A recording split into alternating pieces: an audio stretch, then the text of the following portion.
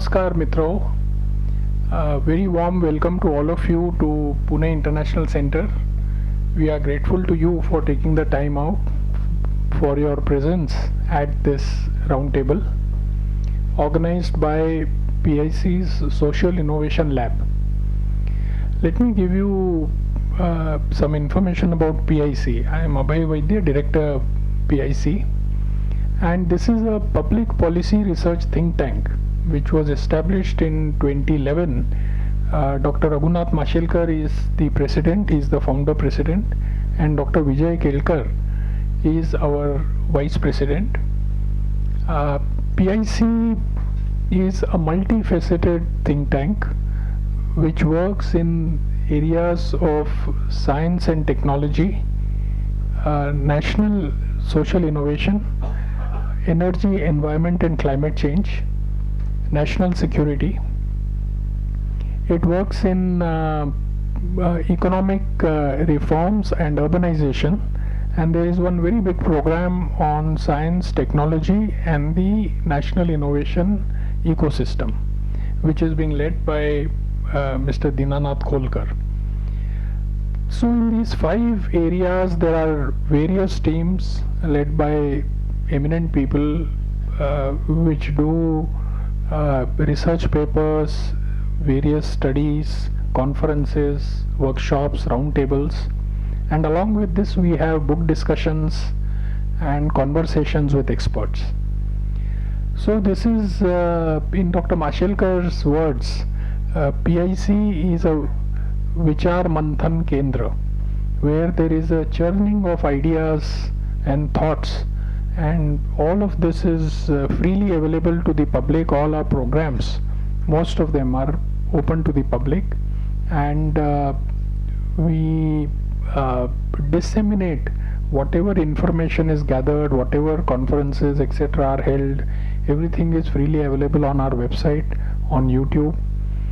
And among the conferences, I must mention that there is one international conference which is held in association with Asia Economic in association with Ministry of External Affairs.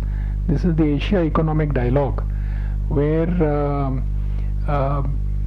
financial experts from and macroeconomy experts from all over the world participate in this conference, but the objective is primarily to promote economic growth, cooperation and partnership in Asia.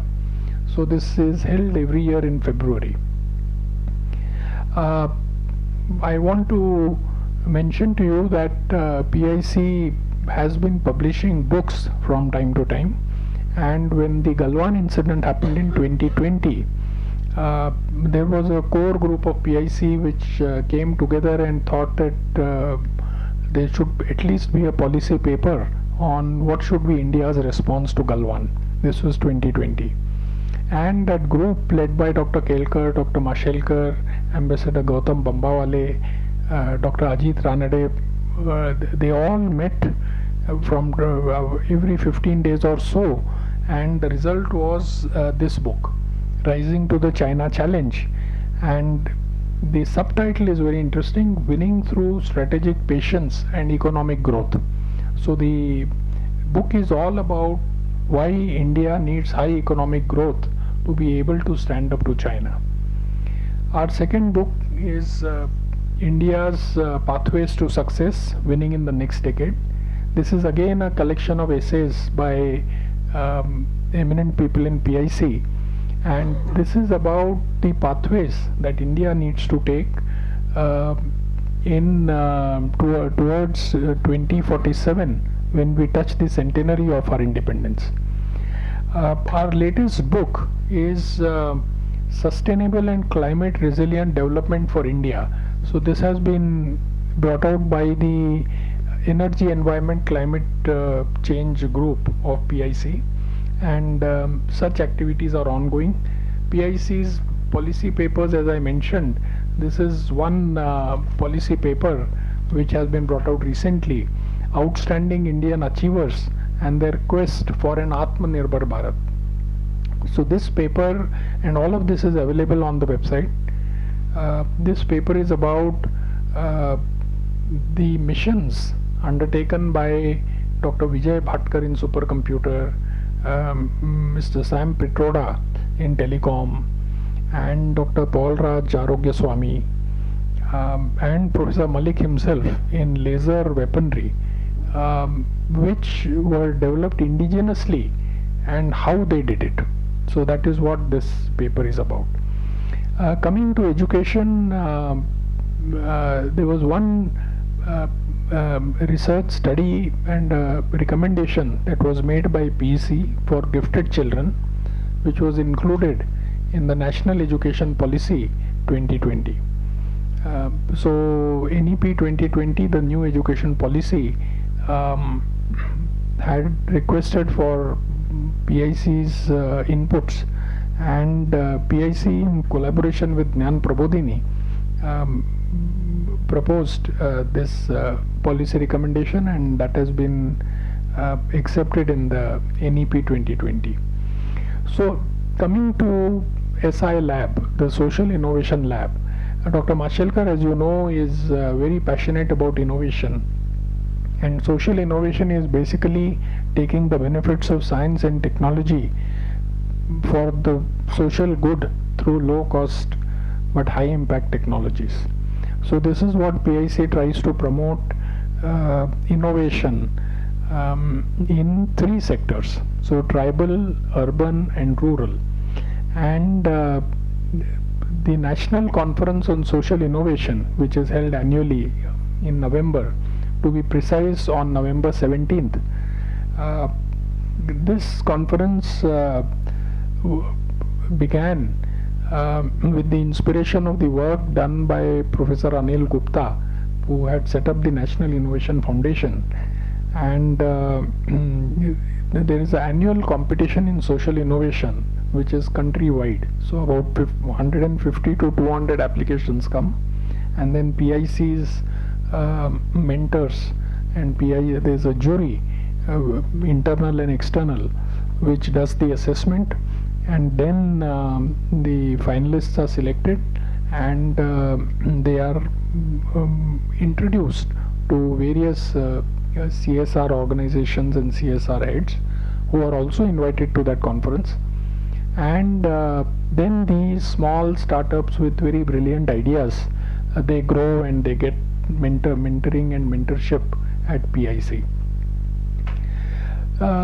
This CSR Roundtable is the second roundtable that is being conducted by the SI Lab, and I will request Shri Dinanath Kholkar to give you more information on this.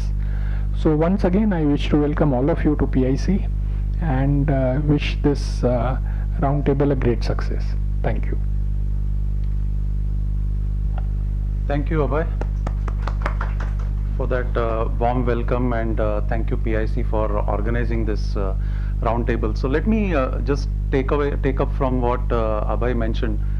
So we have this National Conference for Social Innovation every year on 17th of November, and we have a very large audience, different mix of people who are attending that. And when I was having a discussion with Dr. Kelkar and Dr. Mashelkar, they felt that this event happens only once a year, and between November 17th of one year to the November 17th of the next year, there is no engagement at all with the various stakeholders which are there. So we said, let us see what can potentially be done to address that particular gap. Obviously, there is the social enterprises which are getting mentored, and that mentoring process continues, but there is not much of engagement from the PIC setup with the people who attend. So we said, let's get a sense of what could potentially be done. So on the sidelines of that last conference that we did, we organized one roundtable over lunch with many of the CSR heads at that time, just to get a sense of what all work they are doing, what are the areas they are focusing on. And one thing which came out, obviously most of them were corporate CSR heads, and corporates look at CSR very sectoral. Okay, so there were some who were very focused on education, some on environment, some on healthcare. And we felt that it was better to have a sectoral focus as well in our approach. And hence we said, let's pick up sectorally if we can engage and create a roundtable where we can get people who are working on a particular theme then it would make a lot more sense. So we picked up education as one of the first ones to start off with. And again, this was in the month of November that we decided, but we said before we do this type of an event, we'll need to do some amount of groundwork. So myself, Neeraj, and few of the mentors have been engaging with many of the CSR heads, many of the NGOs or people who are working in the education sector. We have been engaging with them, trying to understand, and this was the outcome. We felt it's a good time to actually organize this. So you would see there is a wide diversity of people who are there in this room, and it is for a purpose, because we wanted to get a more holistic version of what is being done in the education sector. So one of the things which we did was we looked at the economic development of Maharashtra. And Dr. Ajit Ranade and I had a very good discussion around it. I'm sure some of you might have read the report, the Economic Development Plan report. If you have not seen it, it is definitely worthwhile taking a look at it. Very interesting report, great amount of data. Ajit himself was part of the steering committee of that committee which put that report together. Tata Group Chairman N. Chandra was the chairman of that committee. And one thing which Ajit is very data focused, and he said, take a look at this. Maharashtra is a very unique state. It has some of the richest districts, and it has some of the most underserved or unserved districts. And the data was very stark in the sense that there were rich districts and there were real poor districts both in Maharashtra. And then subsequently we started looking at some of the data, based on that track. So there is, Shardul is here from Ajit's office, and he has been helping with the data. So we looked at where is CSR funding coming into Maharashtra and where is it getting spent. And we found a very interesting pattern. We looked at every sector. The money is coming from the rich districts and going back into the rich districts. The poor districts are just not getting any of the funds. And this is data which is available online, published data. So we said, let's look at as a group, if we take a sector and then start doing a deep dive and understand this, and then if we can create certain recommendations, certain policies and things like that, it would be a good idea. So that is the overall objective. But I'll tell you, the group, obviously we wanted to get the CSR heads. The other engagement we have done with CSR heads is we have been doing interviews of CSR heads. So one per quarter is the target. If we can do more, we'll be more than happy. But I did one with Bajaj Finserv CSR head, Amit Bhargav, who is one of our mentors. He did one with Cummins. So we've been doing these interviews so that we get to understand the philosophy of that particular organization, how are they driving CSR and things like that. But this particular roundtable, we got CSR heads. We would like each of the CSR heads to talk about very specifically on what they are doing in the education sector, what are the type of projects, how are they measuring the impact, which are the areas that they're covering, and that would be the primary objective of the next set of discussions that we will have. We also have, from the National Conference of Social Innovation, there are these social enterprises which are picked up for mentoring. A few of them will also be there, and we would get to hear from them the type of challenges, the type of problems they are solving. We'll have them, and we'll have the mentors also give their perspective as to how they are helping their mentees. We've got some special invitees, more because we wanted to get a broader perspective. So we invited folks from Tata Trust, some of the other organizations which are working very closely in the education sector. And lastly, we felt it was also good to look at technology and how technology is actually helping the sector. So we invited people from the technology sector, people who are doing some very high impact work. We got technology platform providers in the space of education. What are the things? So that's a set of participants that we have today.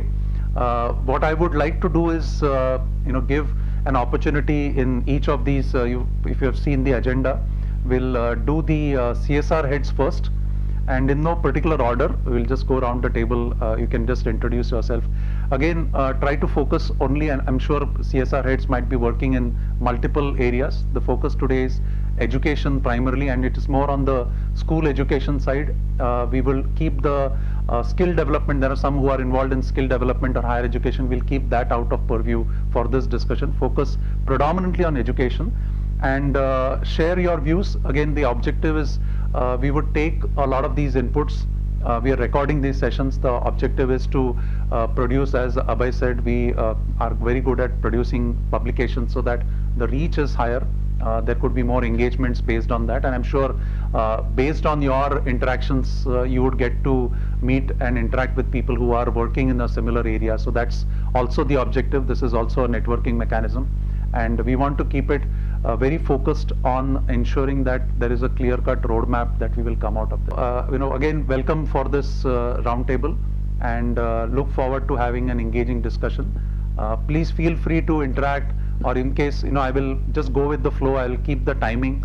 Neeraj is my timekeeper, so that, we may sound rude, but we just want to ensure that we give each of them an opportunity to share their perspective. And we've also asked, as part of the process, there would be more details you may have which could go into our publication. Please feel free to share that information offline as well. So that's also the objective, that don't necessarily have to limit it to the roundtable. We have about 3 hours today, but I'm sure there is a lot more content that we can look at. So I'll start off depending on the availability of different folks which are here on the table. So Tushar, maybe we can start off with you, and then we can go around the table. Yeah, just give your introduction and then talk about whatever KPIT is doing in education. Yes. And just for the information, there is a talk button on the microphone, so you can just press it, and once you're finished with your speaking, you can just put it on. Hi, good morning all. Namaskar. I'm Tushar Zuvekar, heading CSR for KPIT Technologies Limited. Under education, basically we have 4 programs. I'm proud to say that mentor and brain behind all these 4 programs is Dr. Raghunath Mashelkar, and of course our chairman, Mr. Ravi Pandit. So the thought process is that KPIT should be with the students or person who is working in STEM domain. So right from school going children to the PhD holder, we have a program for each category. For school going students, we have a program called Chote Scientist, where we work to kindle interest about science in the school going children. So in short, we want to see smiley faces in science and maths class, because that fear we want to break out. And this program is running in 10 states. We are covering more than 1 lakh students every year, engaging with 900 plus teachers, equal to 1000 plus schools. And the specialty is this is not a virtual program, in-person training, and every students get minimum 4 to maximum 7 inputs in a year. And there are different models, and they are in PMC and PCMC school, they are getting more than 10 to 15 sessions in a year. Students, states like Assam, Arunachal Pradesh, Chhattisgarh, they get 4 to 5 sessions in a year. But it's a very, very interesting program. We are open for engagement or partnership, because this is the only program we don't claim it as a KPIT Chote Scientist program. It's a Chote Scientist program. Nan Prabodhini is a proud partner of us, and we are working with our customers as well. We are working with Mercedes-Benz. In US also we are working with Cummins, and you definitely surprised to see, but I personally visited a couple of schools in US, and they like this program, where the theme is that we explain basic science principle to the students with the help of frugal toys. With the help of plastic bottle, we teach them 25 various experiments of pressure. So like that, there are so many things involved in this program. Apart from that, KPIT Sparkle is the second program, where it's a innovation contest for engineering students. Every year, 25,000 students from 1100 colleges, right from IITs to Tier 2 college, they submit their innovative ideas in the domain of mobility and energy. We invite top 30 models in KPIT. The condition is that the model should be working model. It is not just a simulation or model. So example, students prepare a solar panel or solar based car, then we take care of the transportation of the vehicle from IIT Guwahati or anything, and we prepare a demonstration of that particular model. So, and the first prize for this is close to 11 lakhs per student. This is the about the KPIT Sparkle, and this is for engineering students. KPIT Shodh is a program for students who are doing their PhD thesis in energy domain. And proud to say that we came to know this gap when we are working with ICER. And ICER experts said that for PhD holders in other domain there are some scholarships, there are some awards, but those who are working in energy domain, they don't have any this kind of award or sponsorship. So we, the first initial 2 years we worked with ICER, and it was the KPIT and ICER Shodh Awards. Now it's only a KPIT Shodh Awards. There is also every year 100 plus thesis we get. Our internal team only, they scrutinize it and invite top 10 to 20 finalists for the event, and we celebrate their success. And the last recently we started is KPIT STEM Dialogue, where our chairman Mr. Ravi Pandit interact with the global scientists or Nobel laureates, and that video is open on KPIT's all social media and handles, and we have seen that more than 1 lakh likes or 1 lakh reviews are getting for the particular thing. So in this particular 4 activities, KPIT is working. And I said for Chote Scientists we are open because our target is, I am working with Dina and IEEE closely. Our target is that in next 2 years we want to cover 5 lakh students. Right now we are at 1 lakh students every year. So if you are interested, and it is again, that's why we never call this KPIT Chote Scientists, so that other people should not hesitate to come forward. So if you want to brand it or your name, you can brand it. You can give your funds to Jnana Prabodhini.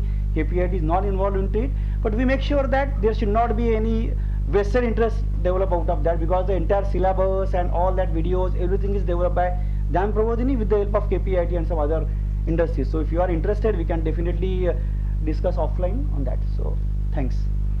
Thank you, Tushar, and it's congratulations to your 1 lakh student milestone, as well as your aspirations to become 5 lakh students. So, ma'am, would like to. Hi, I'm Dr. Sujata Deshpande. I head the CSR at Thermax Foundation. So Thermax Foundation, I could say, has always the core principle or core focus always on education. So from 2007, in fact, our ex-chairperson, Mrs. Aga, was completely keen that we should change the blueprint of education in Pune itself by showing some kind of a proof point of success. So if we show a success, and then it can be replicated. So that was something, and we have gone through a lot of successes, failures, and we have come to a certain phase right now, because we understand that education is not just something that you do when you are working in a system, education system. It's a systemic challenge. So we have learned over the years. So our main focus has always been the PPP model, where we partnered with Akanksha Foundation. We started with 9 schools. Gradually now we have less number of schools whom we are funding, but the partnership has been very long, and the tenets of, as you said, goals and impacts that we were looking at kept changing as we progressed every year. Mainly it was student focused, community and parent engagement, and as our share of CSR in these schools increased, we were also sort of we had a third party impact assessor through Deloitte. We have been doing, so that it doesn't become a comfortable relationship, and sort of we don't just take each other for granted. So because of the third party, of course, one, definitely because of the law, as well as our own good governance even before the law came, we have been doing this partnership. So impact, as I said, has been that we are trying to look at what is the student achievement, what is the community impact of these schools, and what is the parental kind of a connect. Those are the key focuses, and academic achievement is obviously something which we track year on year. I would say now, not directly through Thermax, but through the personal fund of our chairperson, etc. We continue with Teach for India and Pune City Connect and all the different branches. So those remain our key focus. So of course, if you all have any questions, then because this is the key area of education that we are. If you can just give some details about the number of students or the states that you cover, those type of data points would be useful. So through presently, okay, one more additional point that we stopped only focusing on the schools. So through schools, if each school had on an average 800 to 900 students, we were catering to close to 2,000, 2,500 students every year. But then later we also shifted our focus to saying that what happens to the students after they pass 10th standard, because they don't have educated role models. In fact, I was also a Teach for India fellow for 2 years, was taught in a municipal school. So we realized that after 10th standard is a huge gap. So we also started funding alumni projects, not only of Akanksha, where we are impacting 3582 plus students, the past batches, etc., but also 2,000 alumni, of course in partnership with Forbes and different companies, we are funding for iTeach. So two school alumni, of course there are some 55 English medium schools in PMC. So all those, we ensure that all those students from those 55 municipal schools have some kind of, after 10th, some kind of a connect. So that is another thing. So as I said, in terms of numbers, around 2,000. And all over India, we have other projects in skill development, etc. But we are not so much into education outside. We are gradually moving to similar model in Dahej also. Thank you. Thank you. I'll request Forbes Marshall.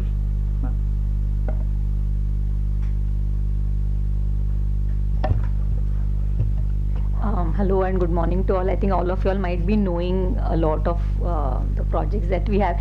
I see a lot of familiar faces, but I'm just going to keep it crisp and short and tell you probably more about the approach. So I'll share all the numbers with you by email, so I'm not going into the numbers right now.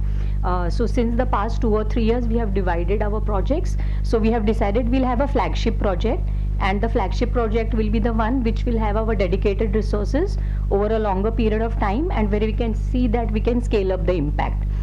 So that's one of our approach. The second is community development, and whatever people might say, companies need to be invested in the local communities.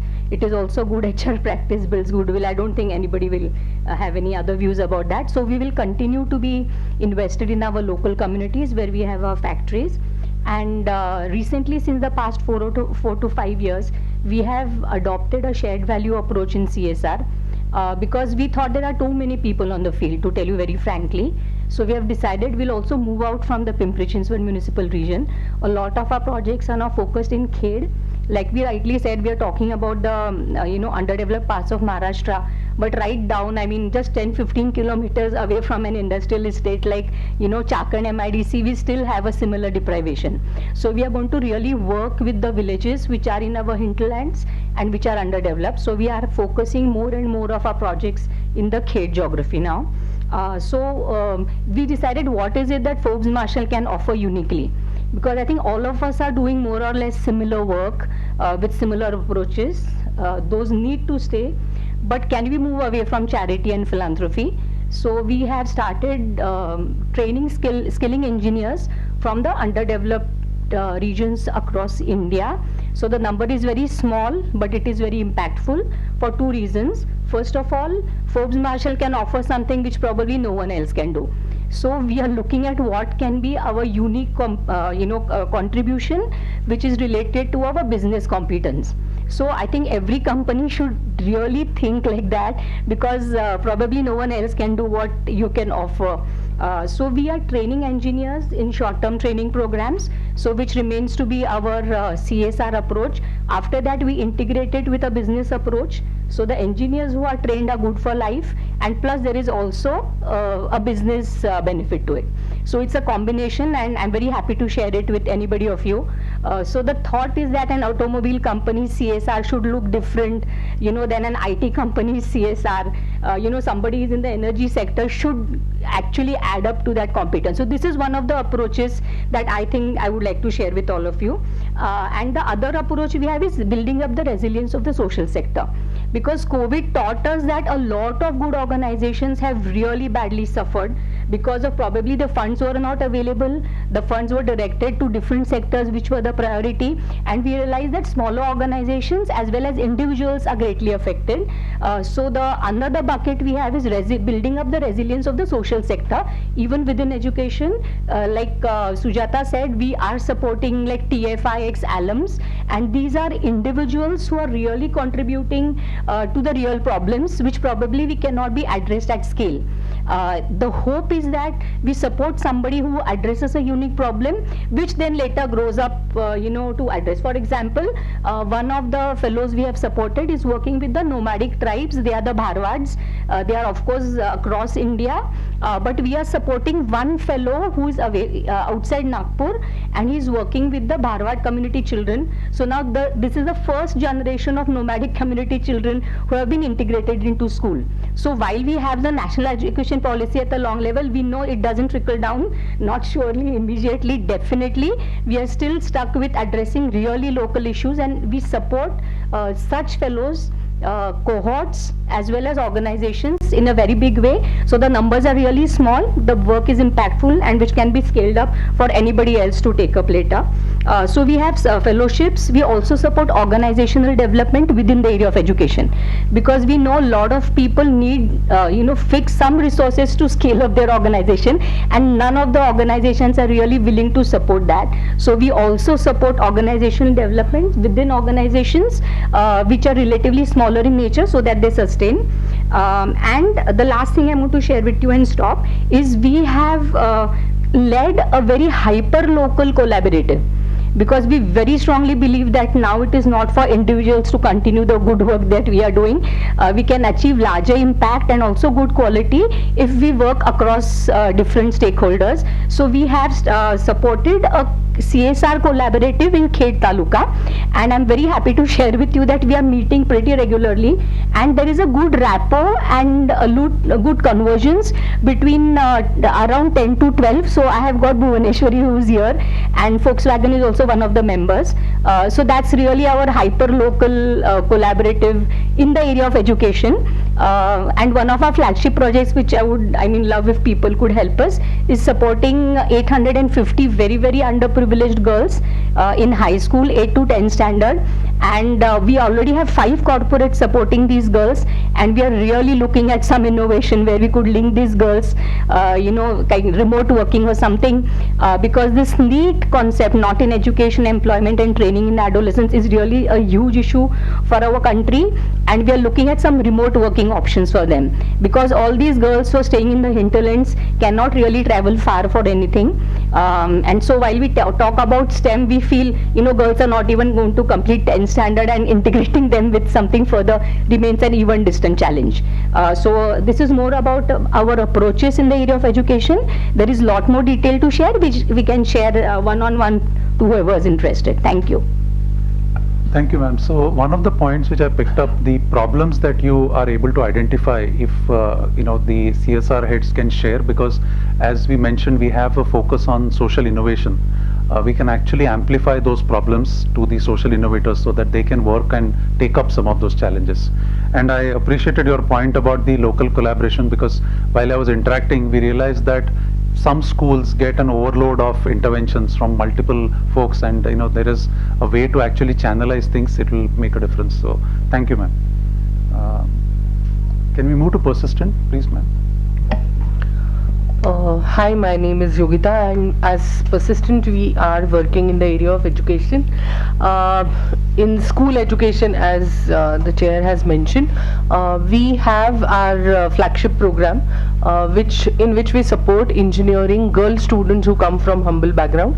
Every year 50 students are onboarded and they are supported till they complete their 4 years of graduation. We have some of our panel members also here who are part of the selection process. It goes on wonderfully. Recently we have onboarded one of the technical partner into our program, as we realized that mentoring from our employees to these girls is important, but they also need to have a larger platform which we were not able to provide them only with our employees. So we onboarded one alumni from IIT Delhi. He has developed one platform wherein engineering students from IT background will be able to get more exposure during their curriculum. So that has been adopted and we are running that successfully. In the area of school education, we work with vernacular medium aided schools and community centers. So our focus is from 7th to 10th grade, and we adopt a school and work with that school for all its needs, right from quality of education to infrastructure, minimum for a period of 5 to 7 years, so that a significant impact is seen. The school has also developed some capabilities in terms of if we build some infrastructure to how to maintain them, how to sustain it, and all those aspects.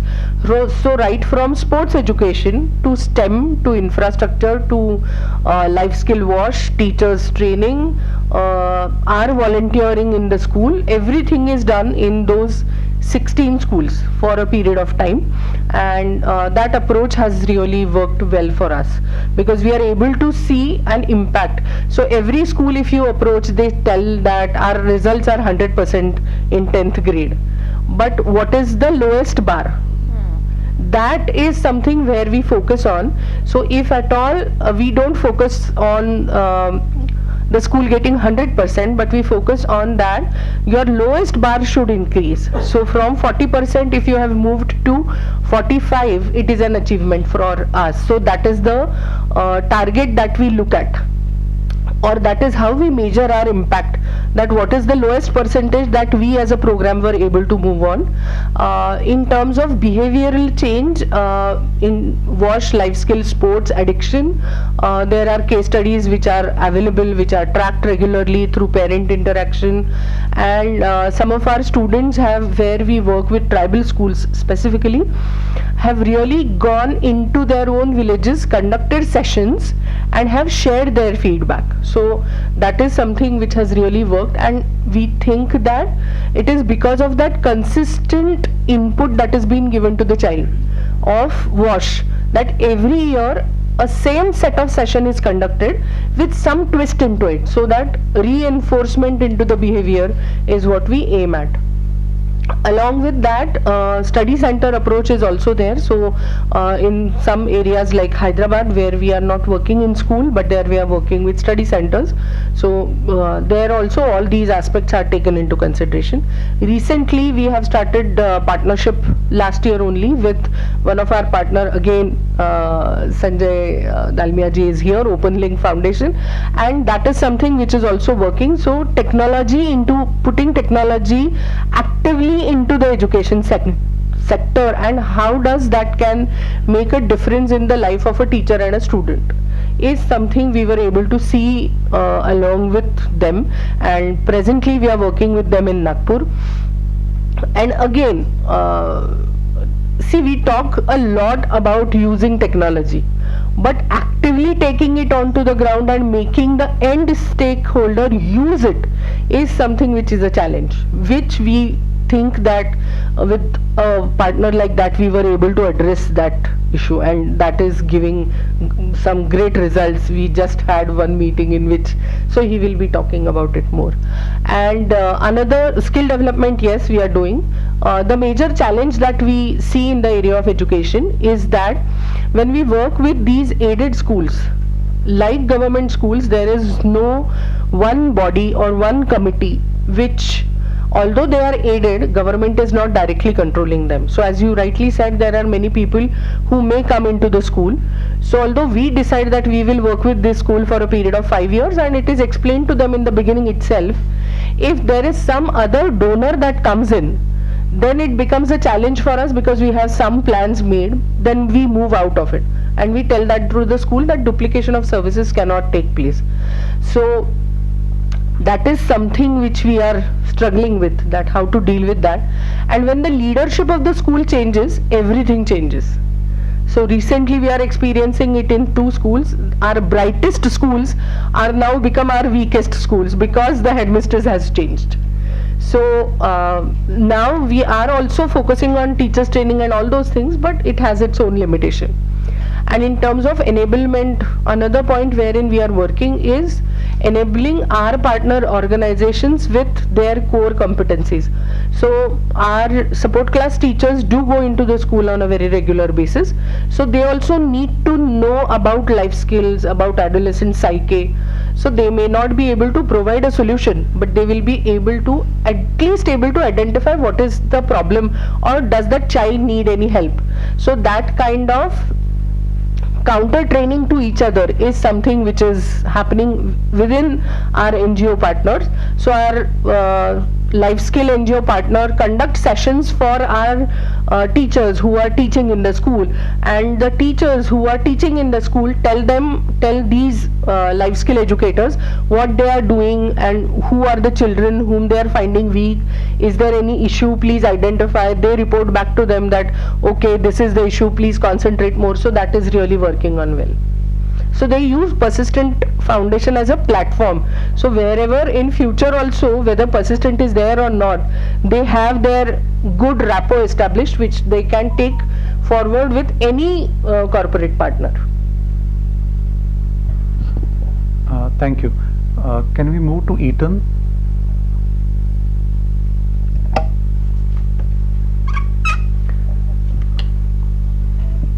Hi, my name is Bobby Zakaria, representing the Eaton Foundation in India.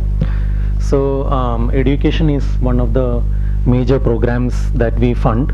We work in three verticals: education, health and environment, but education takes up approximately 70% of our funding that is given.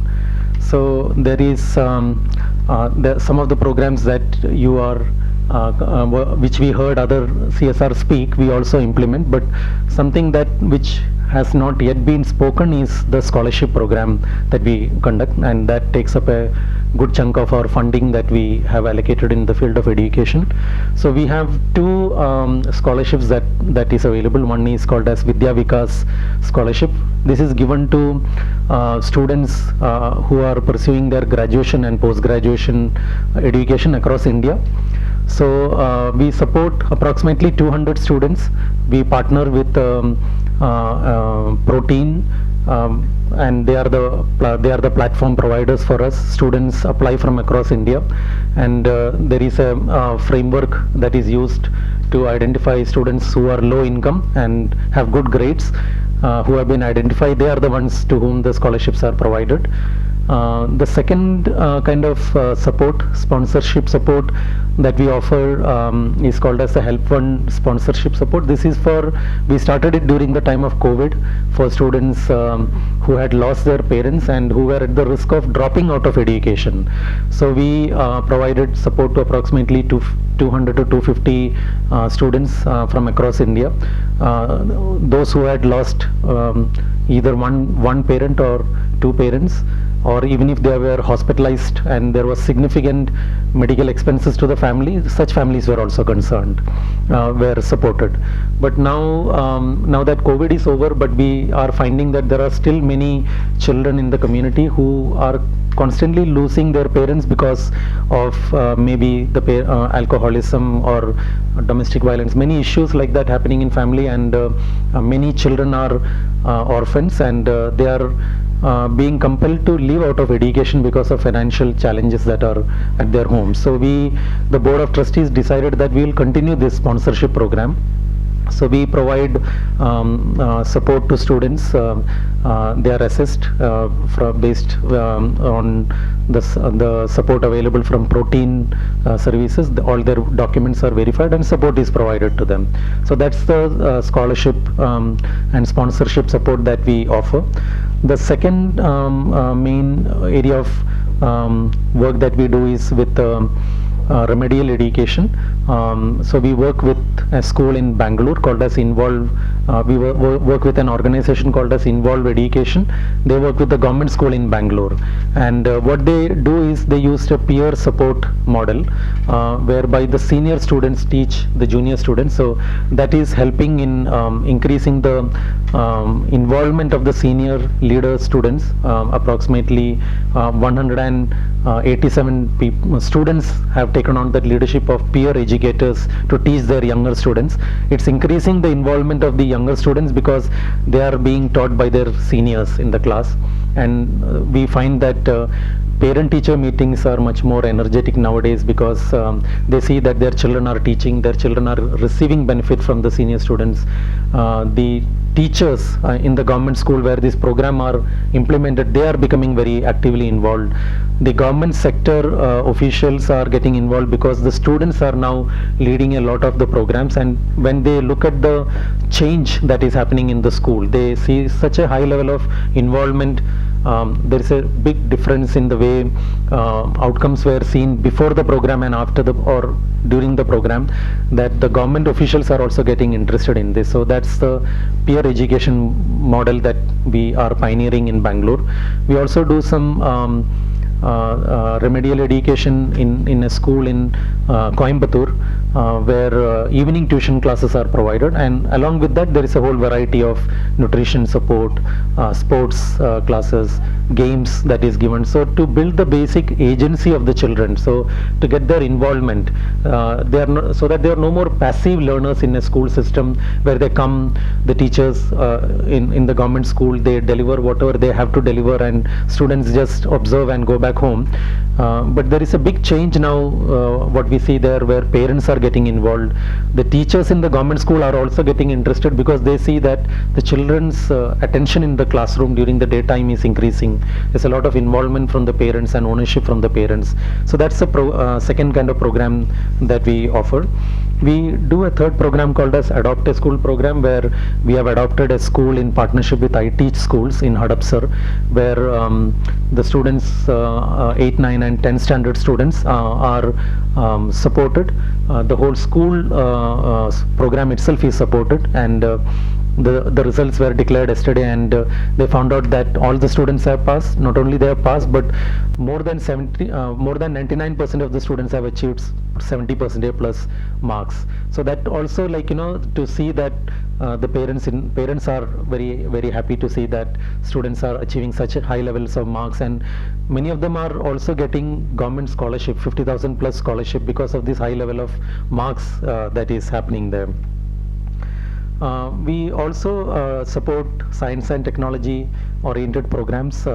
One is with College of Engineering Pune, where the students of the second and third year students are leading the programs in engineering colleges across Maharashtra, the rural engineering colleges across Maharashtra, where the engineering students are coming up with their innovative ideas in the social sector, education sector, and also this year we added the technology sector as well. That their innovative ideas receive funding support, startup funding support from the Eaton funds that is offered for the selected projects. So we find that there's a lot of interest in students from across rural colleges in Maharashtra to come forward. We also work with we do science and technology programs with Vigyan Ashram, where the engineering, rural engineering ideas, innovative ideas are supported, and they come forward, and such ideas are mentored and funding support is provided. And also in the city to provide STEM education to students from the government schools. So these are the main programs that we support. So recently we also started doing programs for increasing the employability of students who we support at Udayan Shalini fellowships support that we offer with the work that we do with Udayan Shalini. That the support is provided to students, but we are also looking at how do these students get employability orientation. So our Eaton employees are involved in offering soft skills and a whole variety of training, and we find that our employees are also getting very interested because they find they connect to the cause that is happening. They feel that this is a kind of background from which we were also coming one time, and we have now become engineers and well-earning people, but this is our opportunity to give back to the society. So we support students from IT school, the college to career program, which is another program that we support, but the post C2C program to do the employability orientation, and then to support them to get into jobs. We take some of those students as interns in our companies also. So broadly, these are some of the initiatives that we are funding. Thank you. Thank you, Bobby. Can I move to Vipul, TCS? Thank you. So hello everyone. So I'm actually going to talk about two separate things that I'm working on. So to introduce myself, I'm Vipul Shah and I head education and skilling at TCS globally. Our school programs are running in over 45 countries as part of CSR. Let me first talk about some initiative that was slightly older than the other one, so I'll talk about that first. We started this initiative called CS Pathshala in 2016, and many of you have been associated with it. I see many familiar faces here. This was to bring computational thinking to schools in India as a foundational skill, because it was believed that this is going to be an important skill for all students in the 21st century. People have compared it with reading, writing and arithmetic, saying it's important enough for our students to gain. So we started this work in 2016 and it has been fairly successful. I think Abhay earlier talked about NEP, and so here we were able to work with them on introducing computational thinking as part of NEP itself. That was the first step. And then later, when a national focus group was formed on mathematical thinking and computational thinking, we were able to provide a position paper on how it should be implemented in school, in K to 12. And fortunately for us, they have they've accepted that approach, and that is what is part of the national curricular framework as well. So our focus had been on policy, influencing policy, training teachers, building capacity, and then also developing sample curriculum and content for that, which has been developed by a lot of volunteers from across the industry, IT and non-IT as well, who have contributed tremendously into this particular program. As I said, this was fairly successful, used by hundreds of thousands of students, largely government schools, to the extent that we were able to work with Tamil Nadu state government, and they have incorporated this as part of their math curriculum as well since 2018, and that's what they are students are learning since then. This is, as I said, we started this curriculum for standards 1 to 8, and that's been our focus now. We'll probably shift our focus to the high school now that this has been successful.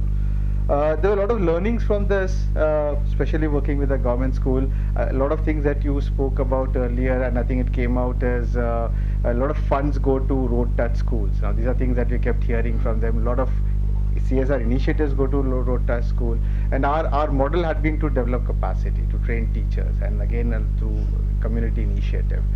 And to support this, we also created a community of practice. We organize a conference annually for teachers called Computational Thinking in Schools. This is the 6th year we'll be doing it. And this has got some wonderful response from everybody, including the teachers. And it provides a visibility, a platform for the teachers to share what they have done, what are the innovative things they have done. And I find that that is a very rare opportunity. Teachers don't get that opportunity to talk about what they are doing outside of their schools. But here, if you're meeting other people from the country, you're sharing, you're learning from them, I think it just provides them that extra exposure to things. As part of this, we also we've brought an international challenge in computational thinking to India. It's called Bebrus Computational Thinking Challenge. It's run now it's over 80 countries where it is run. In India, we started in 2018, and last year we had 210,000 students who participated in the age groups 8 to 18. I think students from 21 states participated in 8 languages. So good reach, and we're hoping to make this bigger. Considering that countries like Germany, etc., they're already reaching 750,000 students. For the size of Germany, if they can do that, France reaching 600,000, these are things that we can certainly do better in India, because this is held for free, and I think it provides an opportunity to think laterally for the students. I'll not go into what these challenges are, we can discuss that later. So that initiative, I think has been fairly successful. I think it's from its influence to the implementation part of it. At TCS, I head, as I mentioned, education and skilling. So we have a couple of school programs. One of them is called Ignite My Future, and this program is some sense complements CS Pathshala. In CS Pathshala, we are focusing on building foundational skills, and through this we are merging that along with applying it to real world problems, because I believe that is very, very important from a pedagogical perspective. Students learn a lot of theory, and I think they need to understand and apply, be able to apply whatever they're learning to real world. That again is a capacity development program where we are working with, trying to work with several state governments on seeing how we could take it to largely government schools. Our focus again has been the government school. I'll just take a minute here and mention something I should have done earlier. I think Beena spoke about a very interesting point earlier, which was that funds are going to the rich districts across the country. From a strategy perspective, as TCS CSR, what we have done is we have said we'll work in the districts where the need is high. And so we have identified the bottom 300 districts in the country of all the 750 districts or so. And these are based on whether it is the aspirational district or whether it's the multidimensional poverty index. And we have said these are the places where we would like to take up programs, and this is where we would like to work. So in education, it does tend to, you may also work at state level across all districts, but largely focusing on government schools. And so here the idea is to build this capacity in middle school. We are also now moving to primary schools here for this particular Ignite My Future program, and to introduce computational thinking to students. I think you mentioned earlier that it will be good if companies focus on their core competencies, and for us IT and computer science has been a core competency, and so this area we thought was very important for us, because it also provides an opportunity for, like you mentioned, people from our associates to go and volunteer for various initiatives we have. And I think that's great learning for all of us. I mean, from school they get to interact with folks from the industry, and I think it's a very it's a good learning experience for associates as well. The other initiative is where we are trying to encourage social innovation, and we want to say that, okay, how do we empower children to think about societal needs in their community? It's very easy for us to blame whether it's a government or the municipal corporation or others for problems we see around us. We expect somebody else to fix our problems. And through this, what we are trying to say is, okay, each one of you is empowered. You can be a problem solver. So can we help you identify some problems from your community, from your neighborhood, and then help build a prototype solution for that. And again, through this process, in both the programs, our focus is 21st century skills. But the idea is again looking at problem solving, looking at social innovation, looking at communication skills, looking at entrepreneurship opportunities, etc., and encouraging students to do this across the thing. So in this too, again, we are working largely with government schools, and I'm not naming any because we're working across in multiple states here. There have been very good experiences, a lot of anecdotal evidence, and we are so something that I would like to relate is we've been working with, of course it's important to work with all of us who are in this space. This is not a problem any one of us can solve alone. So Tata Steel Foundation has been doing some good work in the Odisha, Jharkhand belt, especially in schools. And so we've been working with them to take some of these ideas to the tribal kids there. These are first generation learners. And what we are seeing is some of them, though their learning levels are quite poor, they end up doing better when working in groups as compared to students in the rest of the country. Not surprisingly, but this is where real learning happens. This is where they're teaching each other. I think earlier there was a comment on older kids teaching younger kids, but this is when they work in group. I think they also seem to be questioning each other. People who otherwise wouldn't ask questions in classroom, they become part of the discussion, and I think that's what results in much better output compared to an individual in even an elite school or so. So these are our programs in K-12. I also had a program of, somebody spoke about college to careers earlier. And so we have a youth employment program in which we are trying to look at upskilling students in the tier 2, tier 3 colleges, engineering and non-engineering, and make them ready for employment. I also work with other corporates to find employment opportunities for them. This is what some part of it is finishing school. We are working on their communication skills.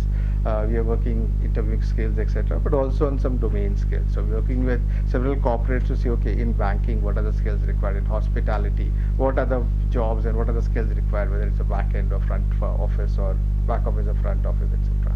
Yeah. So I'll pause here. This is largely so as I said, strategy-wise, we are looking at where the needs are. Trying to have, we are in implementing CSR, so we have our own programs that we run, and we run it in the places where the need is high. And there are several other programs that I didn't touch upon since they are outside of this. Thank you. Thanks, Vipul. Can we take Godrej next? Good morning. I am Vaibhav Gundalekar, and I would like to start with the journey on CSR. So, as a part of company which is 127-year-old, the concept for the CSR is conceived from good and green. So, there are three pillars. First is to do with the good and green products. So, there is an endeavor for 10 years, that is 2022, this target was taken up, and 50% of the product line should be green product. Second is the good and green revenues. So we work with lot of our partners also who manufacture the green product for Godrej and Boys. So almost 42% of revenue should be generated from the green products. Third is the CSR, further divided into two parts. One is the skilling or education part, and other is community development. So today, since we are discussing on the education part, let me tell you, I am representing Godrej Ontario, one of the BUs of Godrej and Boys. There are 13 such BUs, so we have presence almost in 7 states. Vikhroli is our major manufacturing hub. Other 7 locations, that is into Karnataka, Tamil Nadu, Gujarat, Punjab and Goa. We are coming up with Union Territory location also, that is in Chandigarh now.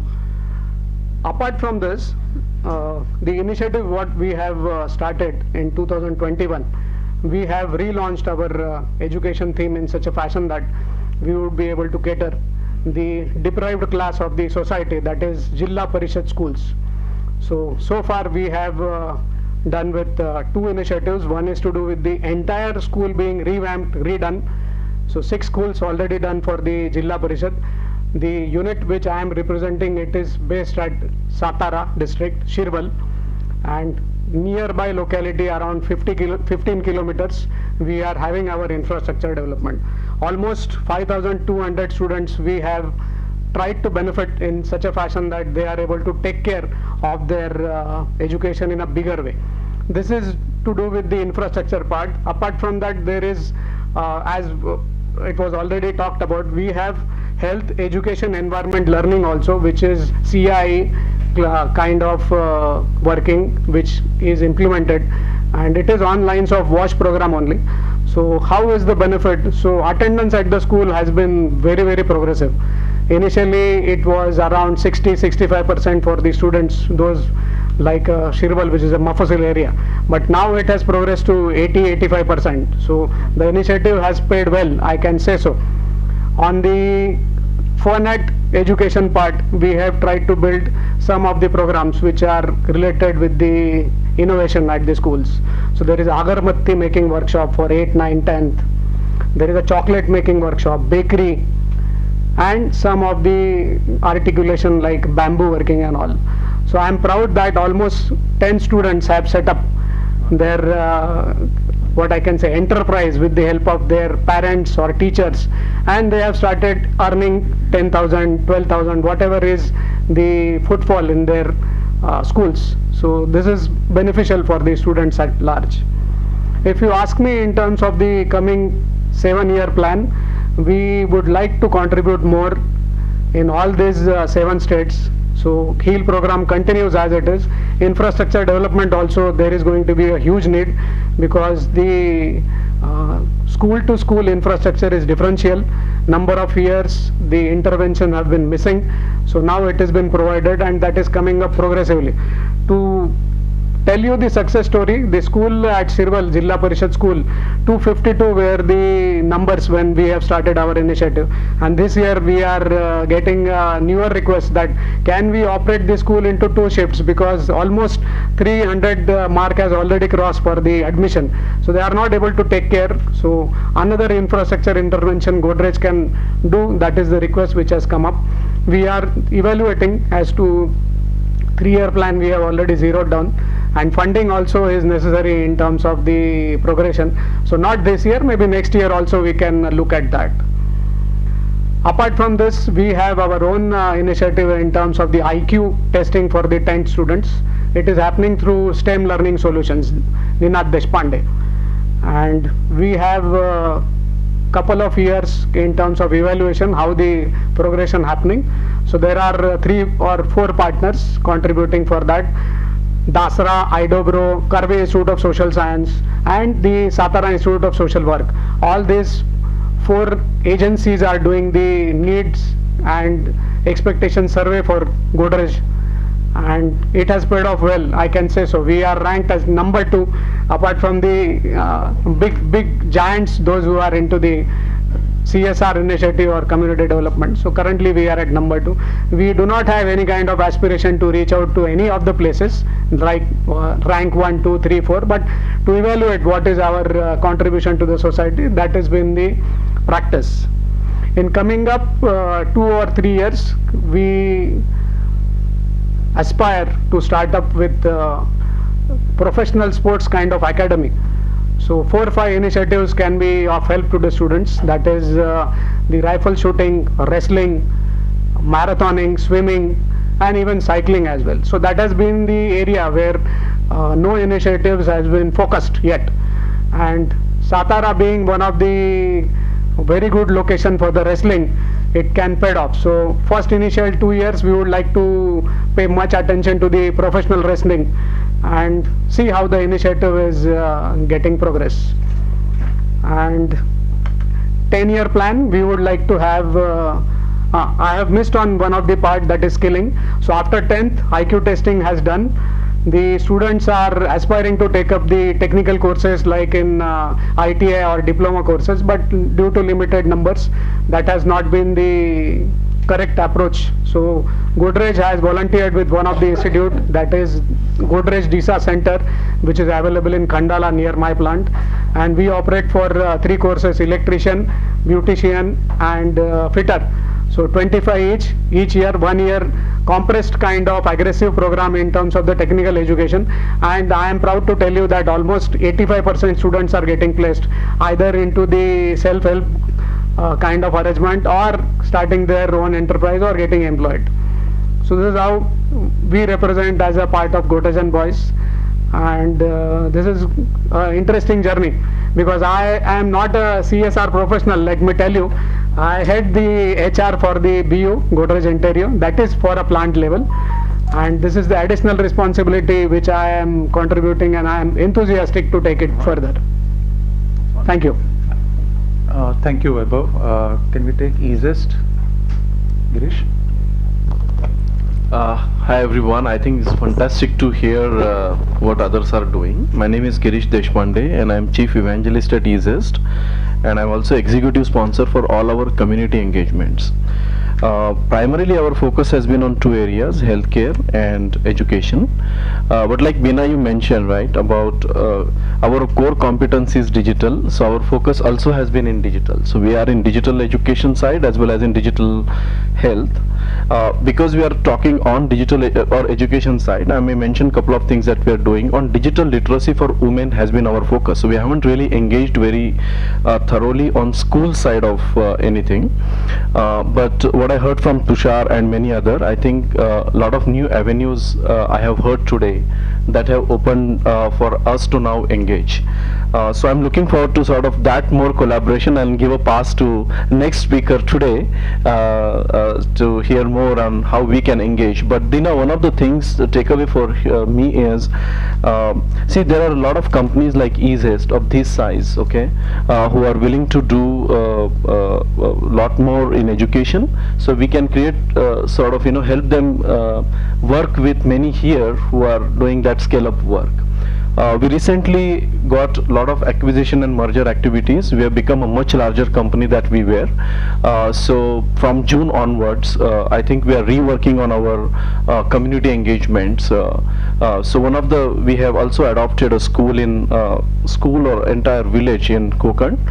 So we want to scale up that program as well to see whether we can take those digital programs to different schools. So that's our idea. But I think I'm excited with what Tushar talked about, Chota Scientist and some of those things, and we definitely want to explore those with those channels. Thank you. I think it's a good idea. We should definitely connect, because I get to hear this from other small and medium businesses also.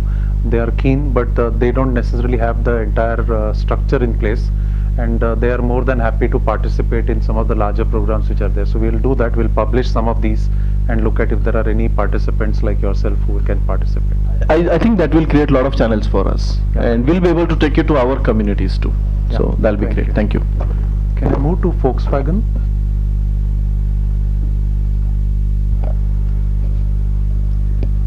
Good morning, I am Bhuvaneshwari Jayaraman from Skoda Auto Volkswagen India. I'm part of the External Affairs and CSR department. At the outset, I would like to say that our engagement in the education space is very modest, and our reach is largely the local area, which is for us Pune and Chhatrapati Sambhaji Nagar. So there in Chhatrapati Sambhaji Nagar, we're supporting Zilla Parishad school with a midday meal program. And we've also taken up 5 all-women ITI for upgradation. So these are ITIs in Dadar, Thane, Chhatrapati Sambhajinagar, Pune and Nasik. And in terms of higher education, we're supporting scholarships for girls who are pursuing engineering and nursing here in Pune and then in Amravati and Wardha. While our engagements are modest, what is heartening is that we've been with some of these projects for over 5 to 10 years, and one of them is this Jagrati School for Blind Girls. We started our engagement with them in 2014. Since then, our support has largely been for infrastructure, in a small way for the school, which got inaugurated in 2016. And now more recently the hostel, which is going to get operational in about a month's time. And I think that one project is where I feel there is a need for us to kind of explore more, especially in terms of something like the college to career space. And we would like to start early, maybe say right from high school to the time the girls are in college. So that's kind of roughly the spread of our work, and as Beena said, we're also engaged with them, not very actively, but I would give it to Forbes Marshall for being persistent and getting us to be participate. We're looking forward to the results from an assessment that they're doing in Khet Taluka and look at more focused interventions in the 3 villages that we are based in the Chakan area. Thank you. Can we move to Wipro Foundation? Anybody from Wipro? Oh, you are here, sorry. Hello all of you. Myself Harshal, and I work with education vertical of Wipro Foundation. So Wipro Foundation is a different entity than the Azim Premji Foundation, which normally people understood as a common entity. So in Wipro Foundation, we support partner organization who works under 3 main verticals: education, health and nutrition, and ecology. And disaster response is another vertical based upon the need. So under education, we support around 140 partner organization across the country. And these partner organization work mainly in 4 defined program of Wipro Foundation. First is access to education. Second is systemic reform in education, where organization tries to work with government schools or system and evolve the contextual solutions on various fronts. It could be teacher capacity building, it could be assessment, or any domain areas. Then the third is Wipro Fellowship Program, where we support young organization between 0 to 3 age. And fourth is organizations working with children, CWD, I mean children with disability. Apart from that, there are other education programs. Ardhiyan education program is one of the biggest environmental program of Wipro Foundation, where we work with almost around more than 3,000 schools in India. Then there is a program called Santur Scholarship, where basically we support girls from underprivileged section for their graduation and post-graduation study. And then there is a urban school program with Bangalore Municipal Corporation School, where we support the infrastructure as well as the TLM part, and few of Anganwadis in vicinity. So apart from statistics, basically if we talk about the approach is very clear in terms of strengthening the government system through evolving different solutions, which could be more of contextual in nature, considering we have a great diversity across the different location states. And the second is basically the strengthening of CSOs or strengthening of organization, where the focus is more on organizational development. So we have this unique model where we onboarded some out of 140, there are 10 or 12 organizations who are a kind of evolved expertise in particular field since last 20-25 years, be it maths, be it language, be it organization development, be it in art integration. And these and we call them as a resource organization, and these organizations basically support the rest of organizations with their capacity building offerings, and those offerings are in a different domain, like I already told you, art integration, language, maths, assessment, then OD offerings like developing the logic model or theory of change, fundraising. So attempt or focus is more on development of the team of organization, focus on developing the vibrant organization culture within this organization, so that after a sustained partnership of typically of 6 to 9 years, they could sustain on themselves in this ecosystem. And apart from that, we focus or we support organization through COPs, community of practice. Then there is annual meet and few of publication like Samuik Pehal. So this is the overall approach of the foundation. Thank you. Can we move to Praj? Anybody from Praj?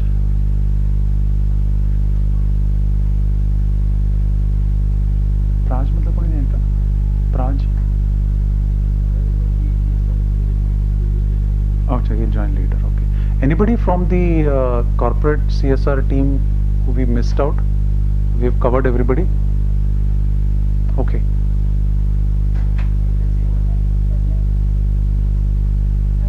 yes, Vijay, come here. Come.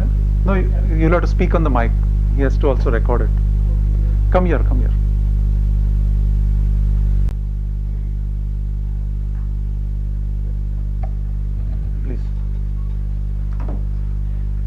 I'll have to sit permanently. Thank you. So my name is Vijay and I am from Bajaj Auto. Some of my friends are laughing at me, I don't know why. Black is beauty. So beautiful. So you know that Bajaj Auto, by its name, Hamara Bajaj, we were in almost in every place. From CSR point of view, I'm talking. We were working on water issue, education, health, skilling, etc., and lots many things. It's like a Bajaj scooter you find everywhere. So we were everywhere. But since last 2 years, we are planning to focus on certain things, and we would like to connect our CSR with shared value. Reason being that we have been in the sector, engineering sector, for so many years, one of the pioneer engineering industry.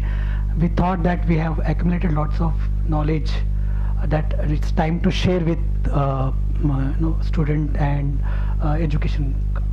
So this time we are now approach is to connect CSR with shared value. So group of our engineers, they came together, they crafted models for engineers, because working on the platform in factory manufacturing, they really understood what are the skill gap they faced from the freshers, and based on their own knowledge and of course based on the scientific approach, we developed a module. So this is the first time that our own people, those who are working on machines, have developed curriculum. We are introducing this curriculum in the engineering colleges, focusing on 2-tier, 3-tier, 4-tier cities, mobilizing students from there, engineers, freshers, or pass out engineer, bringing them to a reputed college for 6-month course, and through that 6-month course they'll go through a very high-end training in education, in engineering, and hopefully they'll get a good job. So enhancing employability, reducing gap between academician and manufacturing, these are our two focus area. Now this is for our engineer. We are also working with ITI student, because they are the pillar and they are the foundation of the manufacturing system. And what we found is that they have a very good knowledge about machines, practical knowledge, but theory somewhere they are lacking. So there is a concept called TQM, you must have heard, total quality management. So we developed that again with the help of our engineers, and this is LMS based program because we want to reach out many students. So we already started this, and this is a pilot project we finished in Chhatrapati Sambhajinagar, previously known as Aurangabad, Pune, and UK. UK is not United Kingdom, it's Uttarakhand. So we are working there also, and we got very good result, and we hopefully see some changes at ITI, because this concept, that is TQM, is not taught there, and that's lacking. So students are very happy. We are also happy because we see good change. Coming to children, school children, we are focusing now on STEM, where science, technology, and mathematics, basically inquiry-based learning, which is very important in our education system, which we are losing that, and today we have seen the consequences of it, that people are not, of course I do not want to comment on that, but science and mathematics and logic are the base of education, which we are losing, and so we want to focus that. So if you see the common thread between our school, ITI, and engineer, is a common thread is that we are focusing on engineering education, focusing on science, mathematics, logic, and this will not, STEM education, I don't believe it just will help you in science sector or technology. It will help you anywhere. If you go and do research, that will help you. So students need to strengthen this capacity and skills there. So this is our belief, and this is our approach that we are going forward. And hopefully, we already started our BMS program. BMS stands for Bajaj Manufacturing System. That's for ITI student. And BEST stand for Bajaj Engineering Manufacturing System. So BEST is for engineering, BMS for ITI student, and STEM education for school children. And we also have an outreach program which is focusing on neighboring community, and we identify the need of that. And but there also our focus is on skilling and education. Skilling, we have a Lighthouse, one of the major partners there. There are other partners also, and we also work with education partners in various schools. So thank you very much for this opportunity, and all the best with your roundtable conference. Thank you very much. Thank you, Vijay. We'll move on to the next section, which is to do with our social enterprises which are getting mentored. And before I start, I will request the mentors. Amit, why don't you start off with just giving a background about how you go about the mentoring and the entire process of the social enterprises. Then you can actually navigate through the list of people who are there. Perfect. Yeah, good morning everybody. My name is Amit Bhargav, and I along with Ramesh, Pramod, I think I see Sanjay on the call. We are a set of mentors associated with the PIC Social Innovation Lab. So what we do is we conduct an annual conference which is called the National Conference on Social Innovation. We conduct that in November, and we invite ideas from across the country on for innovators who have started off their innovation with the social bent of mind. We not only conduct the conference, but we follow that up with a 9 to 12 month period of intense mentorship, where we as group of mentors get associated with one of the with the mentees, and we provide a lot of help on strategy discussion, go to market, pricing, product placement, and so on. Just wanted to mention about two other initiatives which we also run. One is called the shared services support, where we provide we've signed up with about 10 or 15 service providers who provide help on it can be legal compliance, it can be in terms of HR practices, it can be in terms of brand building. So we on the basis of our interaction with the mentees, we find out where their requirement where the requirement is, and we also sponsor the first 40,000 rupees worth of that engagement, and then they can take it forward as they like. And the last initiative, which probably I want to mention, is the masterclass series which we run, where we run a fortnightly program where we get expert from the industries to come and talk on various aspects. So it's a kind of a guidance provided to the entrepreneurs, right? So we've been doing it for about 7 or 8 years, and I'm sure Pramod and Sanjay here are from the flagship right from the start, and so we are very delighted to have some of those mentees from the current or the previous batches here as a part of this. Yeah. So one of the other things which we started is based on our experience from the mentoring, we've come out with a series of handbooks which are more theme centric. So we'd come out with a handbook first on ways to wealth management. That playbook got or that handbook got released in January, and now we have come out with the second version, which is focused on healthcare startups.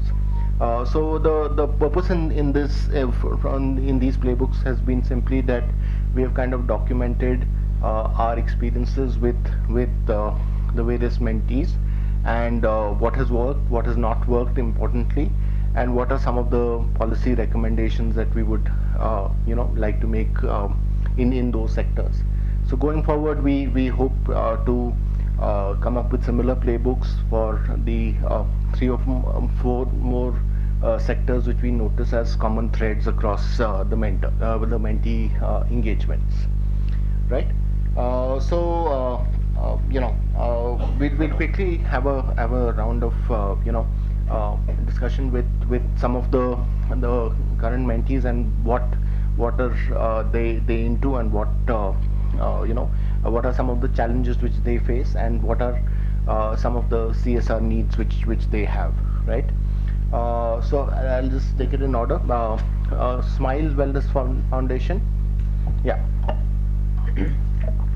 Hello, myself Dr. Surekha Bhalera, and I'm a founder of Smile Wellness Foundation.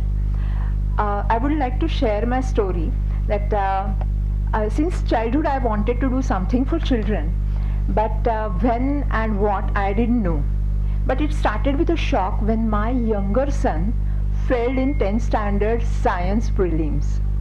And in spite of being in one of the best schools and attending good tuitions, and most importantly both parents science educated, this was a scenario. Of course, then I took his charge, and we did certain experiment, because I analyzed and I realized that he has not understood concepts, basic concepts. So we did some experiments, and then he came out with flying colors. But that time it deeply, I felt so deep that what about students whose parents are not educated, and what about students who don't have facilities at schools? So then I knew what is to be done, because today if I am the privileged one who could have accomplished doctorate degree in science, then I can help students through science. That was my idea. And then my friends also joined me, and we all started working for students. And then when we realized that it is such a big number of students are there, and mainly students are going out school, drop out school at 9th and 10th grade, we decided that we will focus on 6th to 8th grade students, middle school students. There are 6.5 crore such students in India currently. And if we invest in those students, then they will be able to understand science in better way, and they will be able to get those ideas, their curiosities can be answered.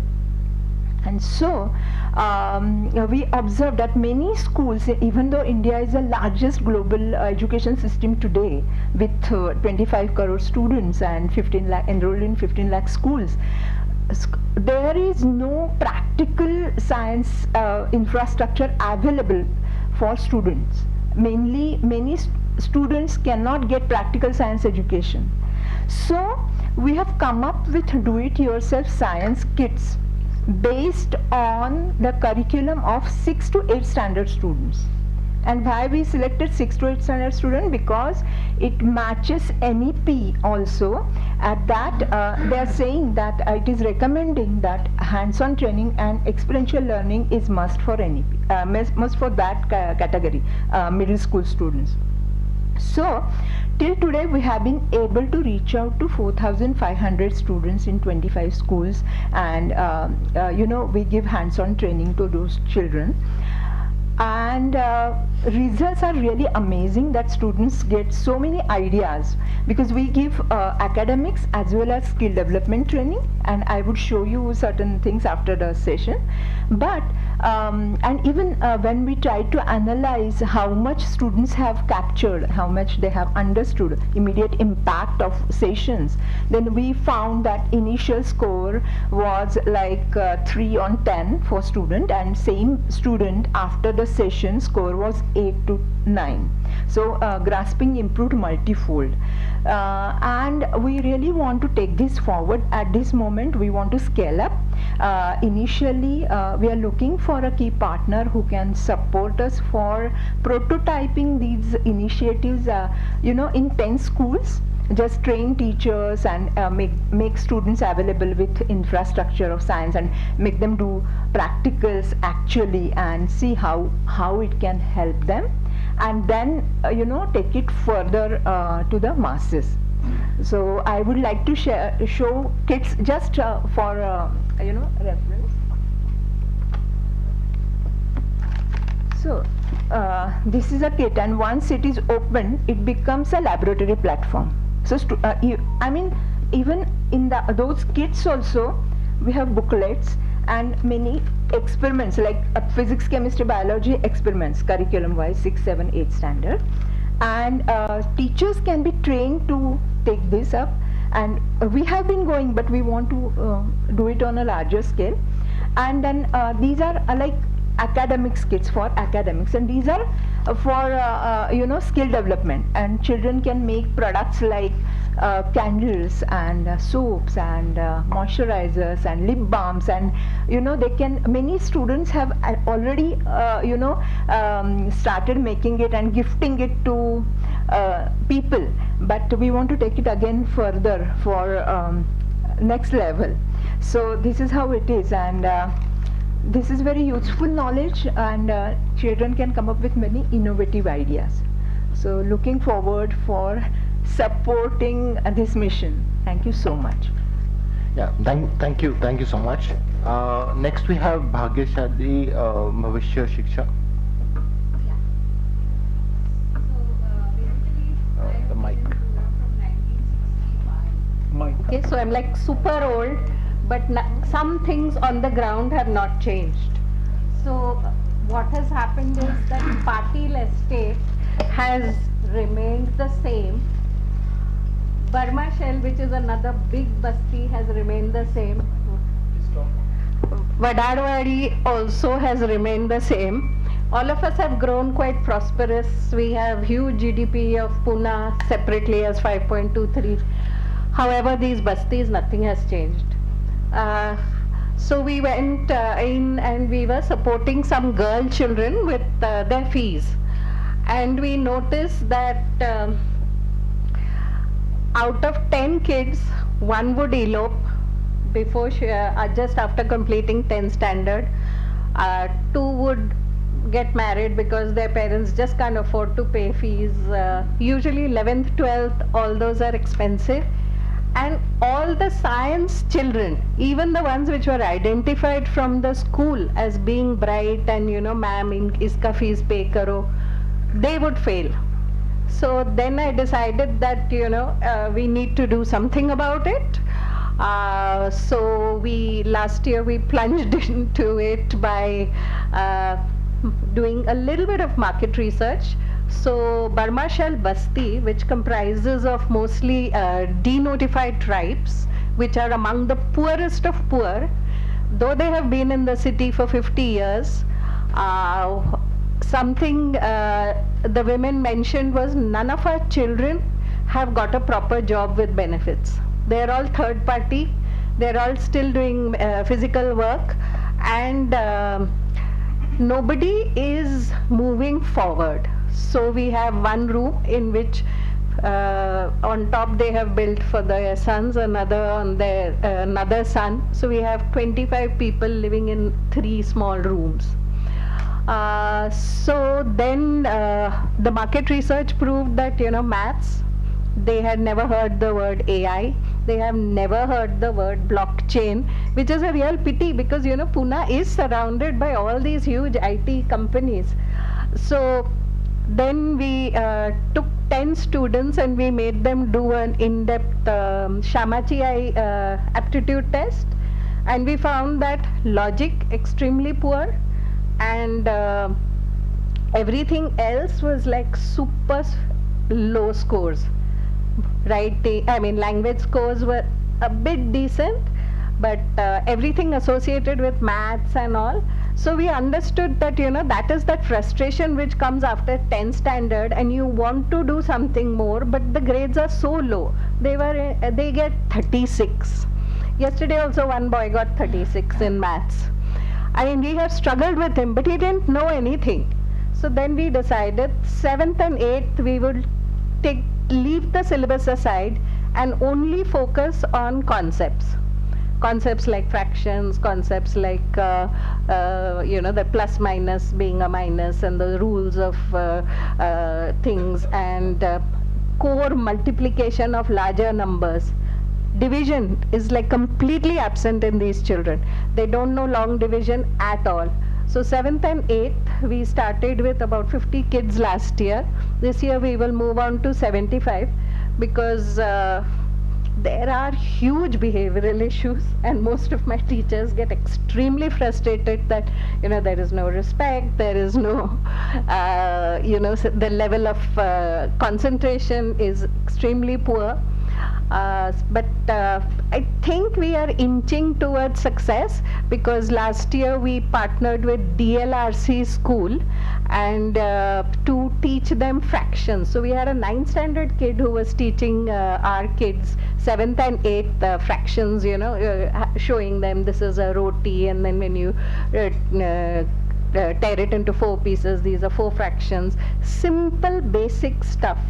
And it was so popular that even the 9th and 10th said, we want to attend, ma'am. So this was an online class we were doing because DLRC is based in Pashan and we are near the airport. Then the mothers came to me and said that you must do something about alcoholism. So we friends sort of debated this and we said alcoholism is a huge deep well.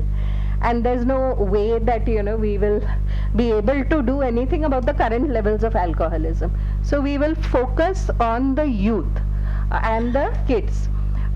Women, we said what we can help is, we can help you with documents by partnering with agencies like CFAR or even Haq Darshak in the future once we have some more money. So that's what we did because we found that one 10th standard girl from a single parent family did not get the PMC scholarship of 15,000 because her mother didn't have a bank account, didn't have a ration card. So we said, okay, as value add, we can help you with these things by basically passing on the referral and lending our premises for doing these camps. So that's what we have done in the summer vacation. We've done a ration card, but we found that that's hard, so we'll do Aadhaar first because unless Aadhaar is linked and everything else, it's difficult to go forward with a ration card application. So that is what we do a little bit with women. And with youth, because there are these behavioral problems and the soft skills are like completely absent, we have just done the Lighthouse Goan program. So we had some people graduating finally and getting the certificate, and we could finally sort of see a way forward, because the first year was like horrendous because there were huge behavior problems. So we got into psychologists. Learning and maths was not happening. English was happening because these kids are multilingual. So the Vadari community is basically a Telugu community, but they have settled in Maharashtra for a long time. So they speak Telugu at home, Vadari at home, and they go to a Marathi medium PMC school. So English was okay, and I used the Learn English of British Council, which has a lot of games, and also there was a lot of enthusiasm. And we could finally get a child to get about 76 in English, which was sort of unheard in that community. So slow progression is what is happening. I know this is a long challenge, any social problem is, but as a Punaite, I feel that I need to put in all my resources into getting these kids to a stage where they will recognize what is AI, what is a blockchain, and they will go into not low paid jobs like just delivery boys of Zomato or other logistic firm operators. Our request to CSR is that yes, we are not 3 years old, we do not have Form 1, but it would be wonderful if they could give us little bits, maybe sponsor one English teacher or sponsor one psychologist.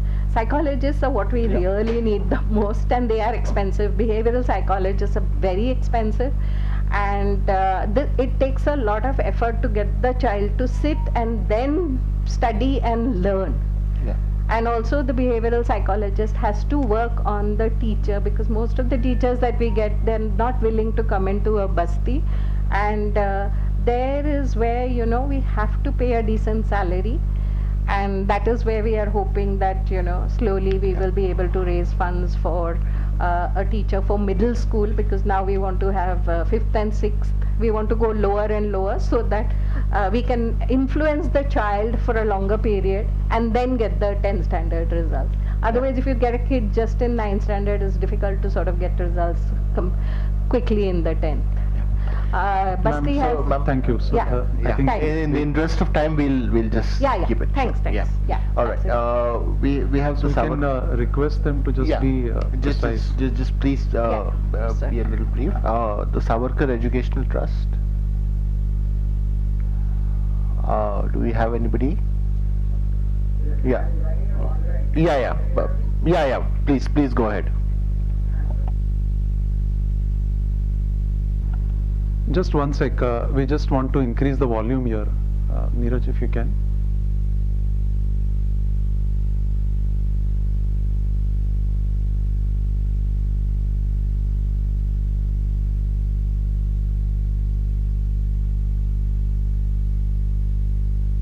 Yeah, please go ahead. Can you hear me now? Yeah, much better.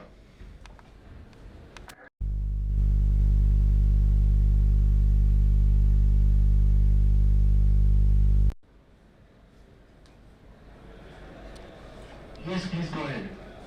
Yeah. Good afternoon, everybody. We are at high school in Andhra district, Maharashtra, and Nano is on the border of Gujarat and Maharashtra. All the students who are in the school is from 1st to 10th standard, Marathi medium. All the students belong to the migratory workers class. The entire students are below poverty line, and their parents migrate for work from one village to the other. I'm the founder of the trust, and I'll just give you the highlights of the school. The name of the school is Balagandaman Nisarga Shala. It is in Ramshed village, and the school is recognized, but it is an high-rated Marathi medium school from 1st standard to 10th standard. All are tribal migratory workers who are 100% BPL category. Most of them are Bali, and there are many other scheduled tribes also, which they call as particularly vulnerable scheduled tribes, VVTTs. This is in a very remote tribal and forest area. It is the school is made, it is all plastic waste, environmentally sustainable, and the name is Nisarga Shala. The entire school has a solar system backup. We wanted the school in 2006 and the founder member. It was a very humble beginning, but with generous help from the society. And now this school has been transformed to a very big school with 500 adult students. There are 10 classrooms which now we have made our digital classrooms. We have made now, after COVID, we converted every classroom into an e-learning. They have an e-learning facility. It is Wi-Fi enabled. Though it is in the middle of the forest, we have provided good facilities to students. There is a library, sports facilities, laptops, there is a computer training there, a good transport facility. There is a technical training workshop also. There is an agricultural workshop. We have organic, agricultural farming and all.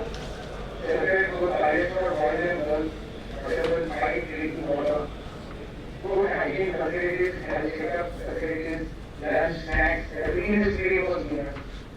The teachers' important values, professional, qualified, skilled and experienced team of very teachers we have. Home is excellent quality of education, and now we have started employable skills development workshops also. Value-based education, thereby creating a good impact over a period of years. The development rate is minimum. The retention rate of the students is almost 100%. Yesterday only the SSC results were out, and 100% results we have. learning and skill training jobs are given. Good livelihood. In fact, since the first generation learners who have passed out from our school and have pursued higher education in nursing, science, arts, agriculture, farming. A few students have also taken up engineering, BSc, MSc. What is the basic requirement now? Currently, our operational costs are 3 lakh rupees is the operational cost. It includes everything, groceries and teachers' salaries and transport, etc. So we are now looking out for the CSR team. Leadership, PO, and usually from CSR will come, visit our school and support us in various activities. Thank you. Thank you. Do we have any from Barefoot? Yeah. Hello everyone and good afternoon. Before I tell more about Barefoot or what we do, I just like to ask a simple question. Like, where do you imagine tomorrow's leaders, like the leaders who would be leading social initiatives or any organization or even the country or even the armed forces, where will they come from in the, where are they right now? Any guesses? So they are right now in schools, but unfortunately, I don't think they would be coming from a school which is in a rural government school. So they would be coming from like maybe a Navodaya that can be a government school, but otherwise they would be all coming from private schools and the private schools which are doing really well. So that is where Barefoot comes in. Like, we don't want to create this unequal world where just going to a particular school would define what your life outcomes can be. And we work with affordable private schools as well as the government schools to build A schools. So A stands, A is for academics, Co is for curriculars, and E is schools which are led with the spirit of edupreneurship, right? So like, the reason why we are working on this is very personal. Like, my parents, both of them, like, came from very humble background. My mother comes from a tribal village in West Bengal, and my father was actually like, my grandparents from my father's side, they had migrated from East Pakistan, like, during the partition.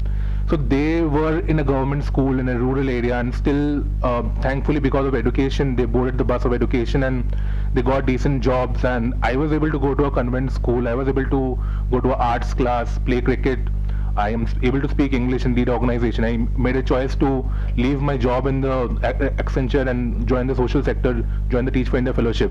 So all this happened because, like, maybe my parents took that leap of faith. My grandparents made them go to school regularly, and that is something that we want to do for the students right now who are right now in schools in the rural areas, in the government schools, or in the affordable private schools, even in the slum areas that we have. We have 3 major programs. So one of them being the school leadership program, like, where just now Yogita ma'am just said that the moment the head of the school changes, the school performance just goes upside down. Jaise Raja Vaisa Praja. So we identified that, and from my Teach for India fellowship experience, I realized that if the school leader can be strong, then whatever it is, the school leader will bring the world to the school. There's no need for anything else. But if it is not this case, even if the entire world comes to that school, nothing will happen if the school leader is not interested. So that's a major like a flagship program. And we have also started working with the governments. Recently we consulted the government of Uttar Pradesh and Himachal Pradesh, and right now we are also working with the Municipal Corporation of Greater Mumbai. We have 2 programs which directly works with children. One is a sports program called the Right Pitch, which again is trying to build 21st century skills, student leadership through sports, and sports in specific cricket, because that is something that the youth and the students going to school today, like, really look forward to. Their role models are the Dhonis, the Kohlis, and the Rohits. And the other program that I'm talking about is Junoon, where it's a platform which provides the students opportunities to showcase the 21st century skills, showcase social innovations, and they get a platform to just compete with not only the students from the government schools and the affordable private schools, but then we have opened it up even to schools like DPS and all of. So they find the platform where they can compete with compete, and not to just compete, just showcase and collaborate with other students. So it's not like they're being limited to just one particular section, the economically weaker section, but then they're actually competing with everyone. They're showing that what kind of social change that they can bring. So we have students who have made podcasts, who have made designs in this competition, in this Junoon challenge, and they have like done better than the international schools that have participated, because they know what the core of the issue is. Similarly, like in our sports program, we have seen this actually started in my Teach for India classroom. Like when I went to the classroom, I mean, I met a bunch of 140 students, adolescents, who didn't let me teach. They wanted to do everything else, including just abusing, fighting in the classroom, but not studying. Like they would sleep in the class because that's the only time that only space they had to themselves. Because in this small 10 by 10 house, they would have 7-8 people, but in the classroom at least they would have a bench to just 2 of them. So they would sleep in the class. That would be more preferable than just learning. So from there on, how could I bring them to actually study and learn something was through sports. I went back to my childhood and like sort of revisited that. How did I continue those to be disciplined? How did I continue to like have the persistence? How do I have the grit and just make those right choices? So that sports gave me. And initially it started with like just to make them come to school regularly, just to not fight and behave properly. And in just 2 weeks I saw the result, that once I made a promise that okay, if you come to school regularly, like all 5, so it was in a mosque compound, so the school would have Fridays off. So basically it would be Monday to Thursday and Saturday no one used to come to school. So that's how I mean, no learning was happening at all. And so my promise to them was if they would come for 5 days a week, like including the Saturdays, then I would take them for sports. And if they would not fight, if they would do homework and like let me teach in the class, then that would be the positive reinforcement for them. And in just 2 weeks, like I was able to teach in the classroom. Like the entire Teach for India community started coming to visits to see my classroom, which was a notorious classroom, to now becoming one of the high performing classrooms. So I have seen the value of sports and how sports actually made these students, so now some of them are in COEP, like they were in the College of Engineering Pune. Now she's working in like a software company in Chennai. So it's not that they have become sports person, but I think sports instilled a discipline, that never give up attitude, and also they started looking at themselves in a better way. Like they had their self-esteem grow through sports. And again, not to talk about the different benefits. Just hold on. Can you just wrap up quickly? Yes, we are sure. running short of time. Sure. So please. Sure. Yeah. So right now we have done pilots, as I told, in Mumbai, Pune, Himachal Pradesh, and Lucknow. So we would like to partner with more organizations, NGOs as well, and CSRs to take it to because our program, I feel like is packaged quite well, so it can be taken up by other even NGOs also, if they would want to implement in the particular school or in the geography. So thank you. Yeah, thank you. I think we are done with the innovators. Yeah. Okay, sorry.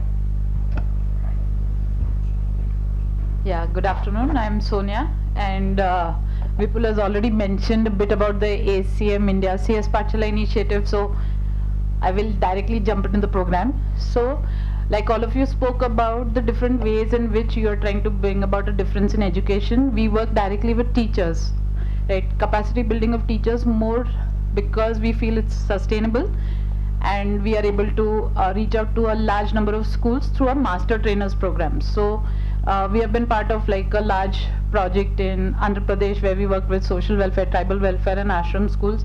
And I think one of you mentioned, right, when you were talking about children not knowing the language. So here the challenge was that the teachers knew English and Telugu, whereas when they came from the tribal and ashram schools, they spoke a local dialect. So how did they take computational thinking activities as a tool to reach out to those students, and how they brought about a big change? We'll not get into those details for now, but that is where we are, and we have reached out to more than 800,000 students, worked through thousands of schools across multiple states. We are working in Maharashtra, Goa, Gujarat, UP. Goa. And another thing that I want to mention is that Vipul mentioned was the Babe Race Challenge, which is run for free in India, and we run it in 8 languages. The reason why we run it in multiple languages, so that the children are able to participate. The language should not become a constraint, right? So, and more than 2/3 of our schools are government schools, so that our ethos of reaching out to the unreached is met. And I would like to request all of you, since everybody is working in the field of education. Vipul mentioned that we reached across 210,000 students last year. So if any of you would like to partner with us and take Babe Race Challenge to your schools, I can share the website link. And the other thing that Vipul mentioned was the conference. So we have CTIS, the Computational Thinking in Schools Conference 2024, happening in ISER Pune on 5th and 6th July. I can share the details. If any of you are interested, please do come attend the conference. And what I would like to actually take pride in sharing is that we have received 270 plus abstracts. So Vipul also mentioned that, all the work that we may be doing at the community level, at the ground level, I have worked with Beena and Yogita for other projects, but how do we appreciate the efforts of the teachers? How do we provide them with a platform? Like, I'm glad that PIC provided this platform for us, right? To share our experiences, our challenges. We get many such opportunities, but where do our teachers get it? So we look for support for, travel for deserving teachers also to come, not just the teachers who are presenting. So that is a big program that we conduct, and we have more than 200 plus teachers who come for the conference, and online we have like more than 2,000 teachers who join us. So these are the different programs that we are part of, and maybe during lunch or we can connect, and if you want more details. Thank you. Thank you. Yeah, I think. Yeah. So this is Vivek Pawar. My background is I worked in semiconductor for 30 years. I was in Texas Instruments, came back in 2005, started a company called Sankalp Semiconductor, and why I'm giving background is because it's related to what I'm doing today. So we actually moved to a company from Bangalore to Hubei, Tier 2 city, and we are trained actually kind of 1,500 students from Tier 2, Tier 3 cities, and 200 students from 12th standard below poverty line, and got them into semiconductor. The company went got acquired, and I moved to Pune last year. So now what I'm trying to do in Hubei, here in Pune, is working with I4C. I4C is Interinstitutional Inclusive Innovation Program Center, started by Anand Deshpande of Persistent System, Ravi Pandit of KPIT, Renew Electronics, Ajay Bhagwat, and also Pramod Chaudhary of Paz Industry, and 15 more entrepreneurs of Pune have started it. So I joined there as CEO, and what we are trying to do is what I did for Sankalp Semiconductor, creating high-tech talent from underprivileged students from Tier 2, Tier 3 cities and 12th standard below poverty line who cannot learn beyond 12th and get up into very low-end jobs, as Kajri Mitra was telling. So we have taken them into semiconductor job, who are earning kind of 20-25 lakhs in Intel, Texas Instruments and others. So we are starting this program, started last year in Pune, but not as a finishing school, but as a getting into the system. So we are getting into the final year of engineering, taking the students, giving them internship, which currently students are buying internship certificates. So instead of buying, I'll tell you that you join us internship, we'll train you free. Only you get placed, you have to pay, because we don't believe in philanthropy. It doesn't scale. So we said that you get benefited, you pay. So we did first batch now, which is 100% placed, most of them in KPIT, and we're looking at other companies, Renew Electronics, KPIT, Cognitive Design. So we're looking at the market first, jobs available, and training students for that roles. Instead of training students and then they look for job and maybe placement is less than 25%. Ours is close to, our goal is 70% minimum. But last year we could do 100%, and we believe that we should be able to scale now. Started with Anandrao Power College of Engineering, which is a very poor college in Pune. We are now starting in Maharashtra, in Aurangabad, Solapur, Kolhapur as a second mode, and also Pune colleges, PCCOE, MMCU and others. Idea is to actually get into final year. Then this year we are starting with third year, and from first year to third year if we can do competition, where students learn by being part of competition. So you will say all competitions are happening, but competition mostly students are learn how to copy code from the hardware or code from the internet. So we are challenging that and working with partnering with startups. So idea is basically we are supported by Bajaj Finserv this year, and we believe that in next 2-3 years we'll be actually kind of a break even, and we'll be able to make this scale with partnership with startups and colleges and with support from you. We need a lot of 12th standard below borderline kids who are actually stuck in the low-end jobs.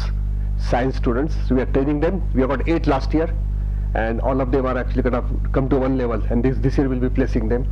Next year we have to take 30, and then 60, and double that. So I think that's our goal. So whatever we have done for Sankalp Semiconductor, which was my company, we're trying to do it for the industry in semiconductor electronics to start with. Then we can go to mechatronics, mechanical, and other branches, core branches, because India today, demographic dividend will become demographic curse if we don't upskill the students who are talented, and instead of getting stuck into low-end job, if they get corresponding jobs, they will be actually help in transformation of India, and also will actually not get into the curse problem. So that's what we do. Sir, can I get your name again? Vivek Pawar, I4C, Interinstitutional Inclusive Innovation Center. All right, then I think we're done. Everybody from this session. I will now move on to the special invitees that we have. Shardul, may I ask you to start off first, give a view around what Gokhale Institute is doing? Yes, thank you. So, a brief about myself. I'm Shardul Manurkar. I'm working as an associate director at the Vice Chancellor's office at Gokhale Institute. So, Gokhale Institute is a 94-year-old institute mainly into economics. It started in 1930. We are deemed to be university from 1993. We focus only on economics and allied subjects. So what we do at Gokhale Institute is mainly, what relevant here is impact assessment, one of the key thing. Like as many in the first session, as many of you were saying, and Dina also mentioned that Pune or major districts are getting significant inflow of CSR funds. For example, I just googled Pune PMC is having education budget of 670 crores PMC.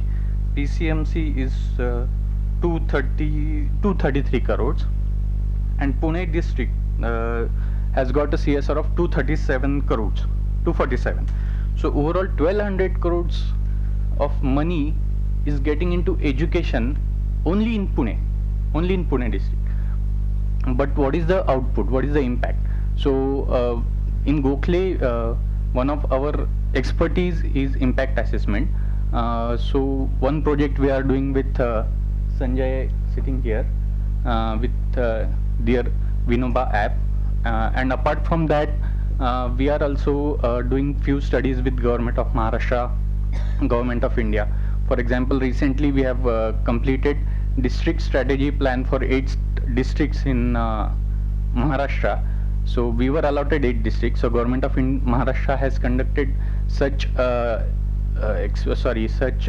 for all the 36 districts. So in that we were able to identify some of the poorest. Of course, it's a multidimensional study. So we can help the channelize the funds in the specific districts in a where it is actually required. So that is the brief about Gokhale, how Gokhale can partner with various institutions and partners here. Thank you. Can I move on to Tata Trust? Hi, good afternoon everyone. My name is Kishore Darak. I work with the Tata Trust's education design team. As most of you may be aware, Tata Trust is one of India's oldest entities working in social sectors, more than 130 years. And we work in different areas: health, nutrition, rural development, livelihood, education, and I'm obviously going to focus only on education. Let me also clarify that Tata Trust is not CSR of the Tata Group companies or anything. Tata Group companies have different CSR, and there are colleagues from different companies who are present here. Tata Trust is an independent entity of all these. I will not get into the details of that. What we are doing is we are primarily working with government schools and strengthening the government schools, education and educational outcomes in the government schools is, to put the mandate in one line, is that for us. So in that, what we're doing is we're working mostly in those districts which are the most needy districts, what are now called as the aspirational districts, in more than 9 states in India at present.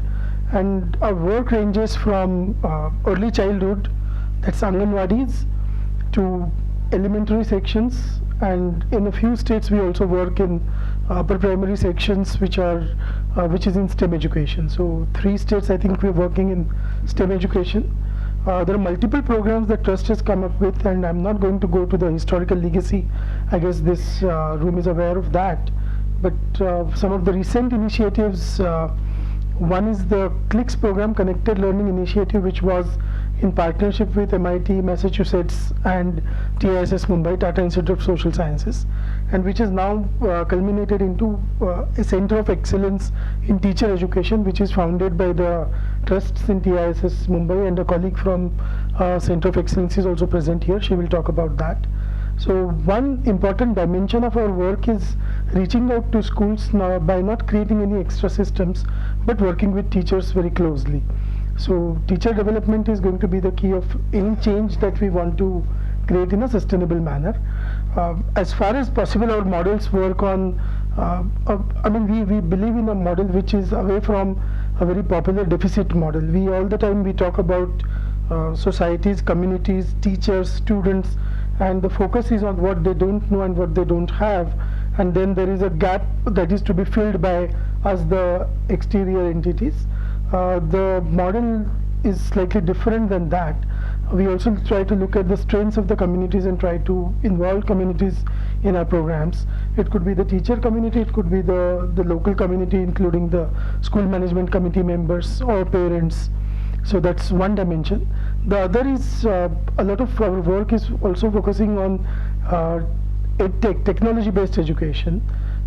One of the important programs that we offer is integrated technology in education, which is not only learning about the ICT-based technology, but learning about ICT-based technology only when there is a pedagogical need of that. So you create a pedagogical need of learning about the ICT-based technology. Many of the ICT learning programs in many states across India, to the best of my knowledge, are about teaching ICT. So you will teach children about preparing presentations, about writing text documents. Instead of that, you are now taking children to a situation where they now want to prepare a presentation because they want to say something about what they have discovered. So that is how we look at this integrated technology in education instead of taking it as an ICT education. And Khan Academy is one of our partners who is now also venturing into AI-based education, a very individualized kind of learning. TISS Mumbai, which is the Center of Excellence, Uma will say more about that, but it's a part of the university, and therefore it offers a range of things which is from MA, PhD, and B.Ed. M.Ed to short-term courses for in-service teachers. We also have been working with national agencies like the NCERT, NCTE, Ministry of Education, the multiple ways in which we work with those, and I will not go into the details of those. The other dimension of our work is again on STEM education. So since there is a lot of discussion about STEM education, and there are, I can see the room is quite interested in STEM education. We do work in STEM education, but again, taking the route of a lot of face-to-face work with students and a lot of hands-on work with students, like many of you also said, and working with partners who are strong enough to take that forward. So one of our programs recently, which has started in multiple states, is a multi-partner program.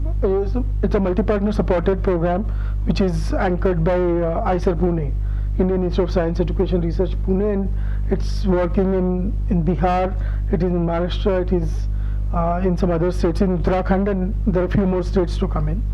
So basic philosophy of our work is quality without equity is not going to be called as quality. So that's something that we really try to strive to, and I hope that we do get some success in that.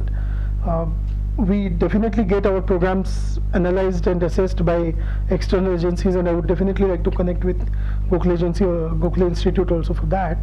But for this room, in terms of suggestion, I would say, if I may be permitted to do that, one thing is Can CSRs also think of moving away from their own operational geographies? That's really a great need, as Dina has already said it at the beginning of the session today, that there is a lot of concentration of CSRs in certain geographies, and then there are certain other geographies which are totally devoid or bereft of that. So is there anything that people here would want to think about, that we can of course connect over lunch and discuss about it? But Tata Trust, like the last point I want to make is, Tata Trust is not only a philanthropy in the sense, it's not only a grant making agency. We do partner a lot with many other organizations, funders, our own group companies, as well as external foundations and CSRs. And we also have a set of organizations which are set up by the Tata Trust itself, the associate organizations, which are Section 8 companies in different geographies of India, and they work with different focus areas.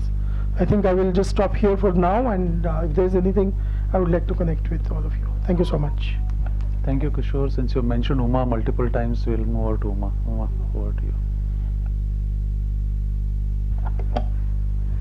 Hello. Yeah, good afternoon to everyone. My name is Uma Lal, and as Kishore has already mentioned, I represent the Center of Excellence in Teacher Education at Tata Institute of Social Sciences, Mumbai. And I also want to thank Kishore for setting a lot of the context in terms of what I'm going to speak about, so that saves at least 2 to 3 minutes of what I'm going to speak about. So I'll just get straight to the point. I think I'll stick to the outline which was shared today in the interest of time, and keeping to the basic points that requires to be spoken about. So TIS Mumbai, I think I don't think I'm going to get into too much of an introduction. I think most people know it's an 84-year or 85-year-old institution focusing in social sciences. It's the premier institute, in fact, for social sciences. We are also deemed to be university, and in the current space, we actually come under the Ministry of Education. The Education Minister himself is the chairman of our society as of now. This is a change which has happened in the last 1 year. The Center of Excellence in Teacher Education, I think, was an output of the CLICS program, the Connected Learning Initiative program, which TIS had worked on along with MIT US. This program was in the secondary section of schools, and looked at incorporation of ICT in education. And it's actually an award-winning program. This is a UNESCO King Hamad award-winning program, and it won among 150 other similar entries across almost 80 countries. And it was the only program which was taken up from India. So it's a very prestigious recognition for the kind of depth and engagement that this program was implemented. Of course, with the support of Tata Trust had supported this program, and it was over 5 years and in 4 states that the implementation happens.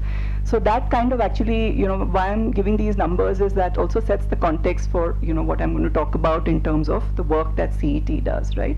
So the phase 1 of the CLICS program was more, aimed at the students in 8th, 9th, and 10th in the secondary schools, government secondary schools. But I think, through and there was definite clear impact which was visible through the baseline, endline, etc. But I think when the program was in its implementation, post the midline, there was a realization that, for sustainability of such an initiative, right? I mean, we can't keep having crores and crores put into, batches after batches of students who come in, right? There needs to be some more sustainable model, right? And we found that the teachers in the schools, so it was a long process. It's just not the teachers, but the entire education system needs to kind of be roped in and kind of be aligned to supporting such a large scale program, right? But we realized that the teachers were the conduit between the students and any such implementation. So that was the genesis, I would say, of CETE, the Center of Excellence in Teacher Education. Tata Trust itself has a teacher education vertical, right? And the discussion, and Professor Padma Sarangapani, who is our chairperson, was a part of that. And that discussion was the genesis of this center. So this center was set up, the discussions were on, but about 2021 is when we formally launched the center. This was launched with Tata Trust as a founding partner. And The key aspects of the center is, obviously, as the name says, it is focused on teacher education. I think initially there was a study done which was based on UDICE and some other data that in her lifetime, right, spanning of an average of say 25 to 30 years, right, each teacher touches the lives of at least 2,500 to 3,000 children.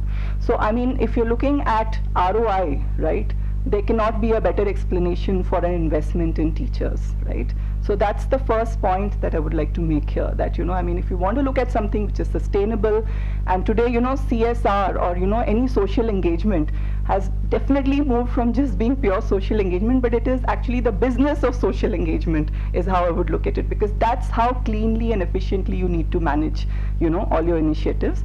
So I would say there is significant ROI in investing in teachers, right? So CET is very aligned to SDG 4 goals, SDG 4C especially, which talks about, you know, infusing qualified teachers into the system. It's NEP aligned. We primarily focus on sectoral transformation, right? So all our programs, all the projects that we take are large scale, which are long term. Of course, that doesn't mean we don't do, you know, short term and workshops and consulting assignments, but the larger programs of ours, that's the intent. We, you know, look at ourselves as a catalyst for transformation in this space and as an enabler. So we understand that it's not only by ourselves that we can change the whole, you know, sector, but it's through a lot of collaborative, you know, methods. It's through a lot of partnership and engagement with like-minded, you know, partners, right? So that is the way that we kind of work on.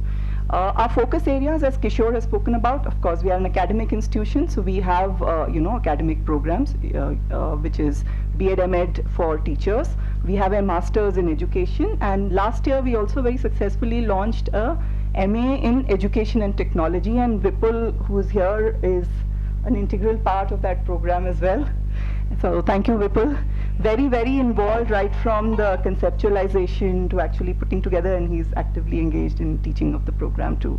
So it's also something which has come through as a need from the industry. It bridges the gap, saying, you know, because mostly people working in the edtech space either are from the education background or from the technology background and kind of struggle to scale up and kind of meet that education technology space. So this program addresses that need, and you know, we welcome. I'll definitely be happy to share the details for if any of you want to nominate your you know, colleagues or your employees, or, you know, sponsor some of the students who come for this, right?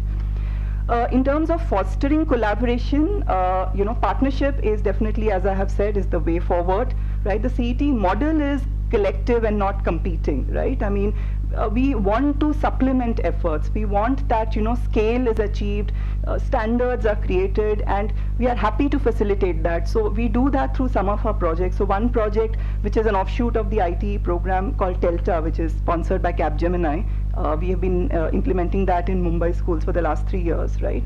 We also help, they also have multiple other partners in the same space, and we help them also build their capacity in understanding what is education technology, right?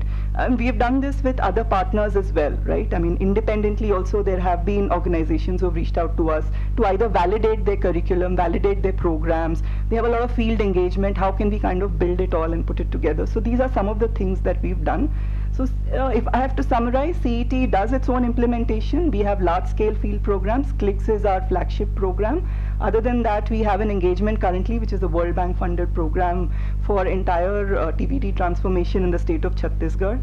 We are also working with the Delhi government. Punjab government, it's a vocational education program, which basically looks at, it's not exactly a school to work, but it actually is a career readiness program curriculum that we are building for students in 11th and 12th, so that when they get into, because a lot of them, for whatever challenges, cannot take their education forward. They have to join the workforce after 12th. So we help and facilitate them with the right level of knowledge and skills to be effective employees. Yeah. So we do that kind of work. We are also knowledge partners, as I've mentioned, to some of the projects. We work actively, directly with a lot of states. Being a government, you know, body ourselves, I think a lot of impact assessment work, a lot of work where, you know, we consult for the government. So these are some of the other kind of activities that we do. Joint ventures. So we do also collaborate with, you know, some. Uma, if you can wrap up, please. Yes, Yeah. please. Yes, please. If I can just take a minute more. Yeah. So these are just some of the kind of work that we do, and we'll be happy, like I said, to collaborate, to partner, to look for more opportunities, you know, where we can together make a difference in this space. Yeah. So I'll just stop here. Thank you. Thank you. I'll move to Prashant Joshi from an IEEE Eureka perspective. Hello everyone. My name is Prashant Joshi. Today I'm representing IEEE. Before I begin, I think thank you for this opportunity, Zina. Plus, I think listening to everyone has been mind-blowing, especially in the area of education. So IEEE as an organization is a US-based organization. Primarily, it's a professional membership-based organization, and in India, it has been existing for decades. It's a worldwide close to 4 lakh members. In Pune, we do have a Pune section, which is a very vibrant section with about 1,500 members, students and professionals. By and large, engineers. We do have people from the science background too. What I'm talking about today is an initiative by IEEE Pune section, which began as Eureka. Eureka really stands for Education Rekha. We wanted to make sure that we are able to pull people above Education Rekha, like we look for the poverty line, we're looking for the education line, a notional line where we want to enhance education. And our primary workforce has been to look at engineering students, that's the second year, third year, last year students, who actually can be the catalysts. So we enable them to go to schools, rural and urban, and ultimately impart either sessions or knowledge and expose students, 6th, 7th, 8th, 9th, 10th standard students, to say technology, to certain demonstrations, to encourage them to not drop out but take up certain areas in STEM or even STEAM, the A standing for arts. I think that's something that we all should definitely remember. And this we have been running for the past about 8 years. Some of the impact has been that every year we get about close to 200 to 250 teams of 4 who join in from across India. They reach out to close to anywhere between 80,000 to 1 lakh students across India. So we get a good amount of participation. This model has been presented across in some of the Asian countries when we actually published a paper through some of the conferences, and we have arrived at a model where really this we would wish to scale. In fact, I see an opportunity that we can work with many of you or your organizations where we could scale this. Primarily what I think our notion is that teacher-student is a one-on-one relationship. I think one cannot do away with that. While today content is free, understanding and knowledge is not. So I think these two areas, barriers what we have, I think those two barriers are human barriers. Technology cannot bridge those human barriers. And primarily we try with that base, and we continue to do that.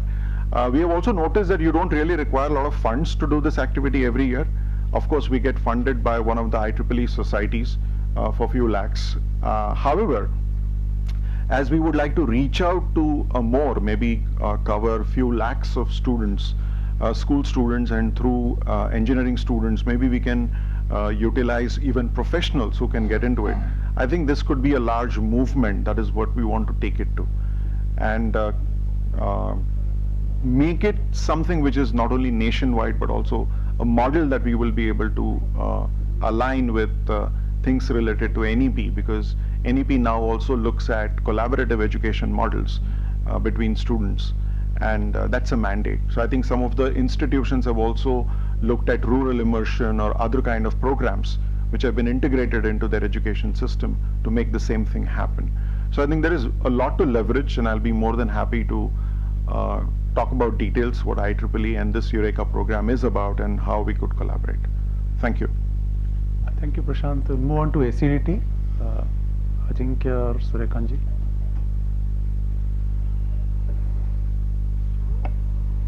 Thank you. I'm Suryakant Kulkarni, representing Socio-Economic Development Trust from Permanent District. This institution working since last 40 years in rural development. working with the Parban is very one of the poorest district in the country and in the state, backward area. So we are working there mainly with the students, particularly with the farmers, livelihood, etc. In science and technology, we are working since last 15 years. We develop a science center. I felt need that there is no actual science education in the schools. In the rural, it's totally absent. And there was no science center in the state except Mumbai. So I established a science center 15 years back in Parban district. Later on, with the demand from government officers on that, we developed a small science center for the schools.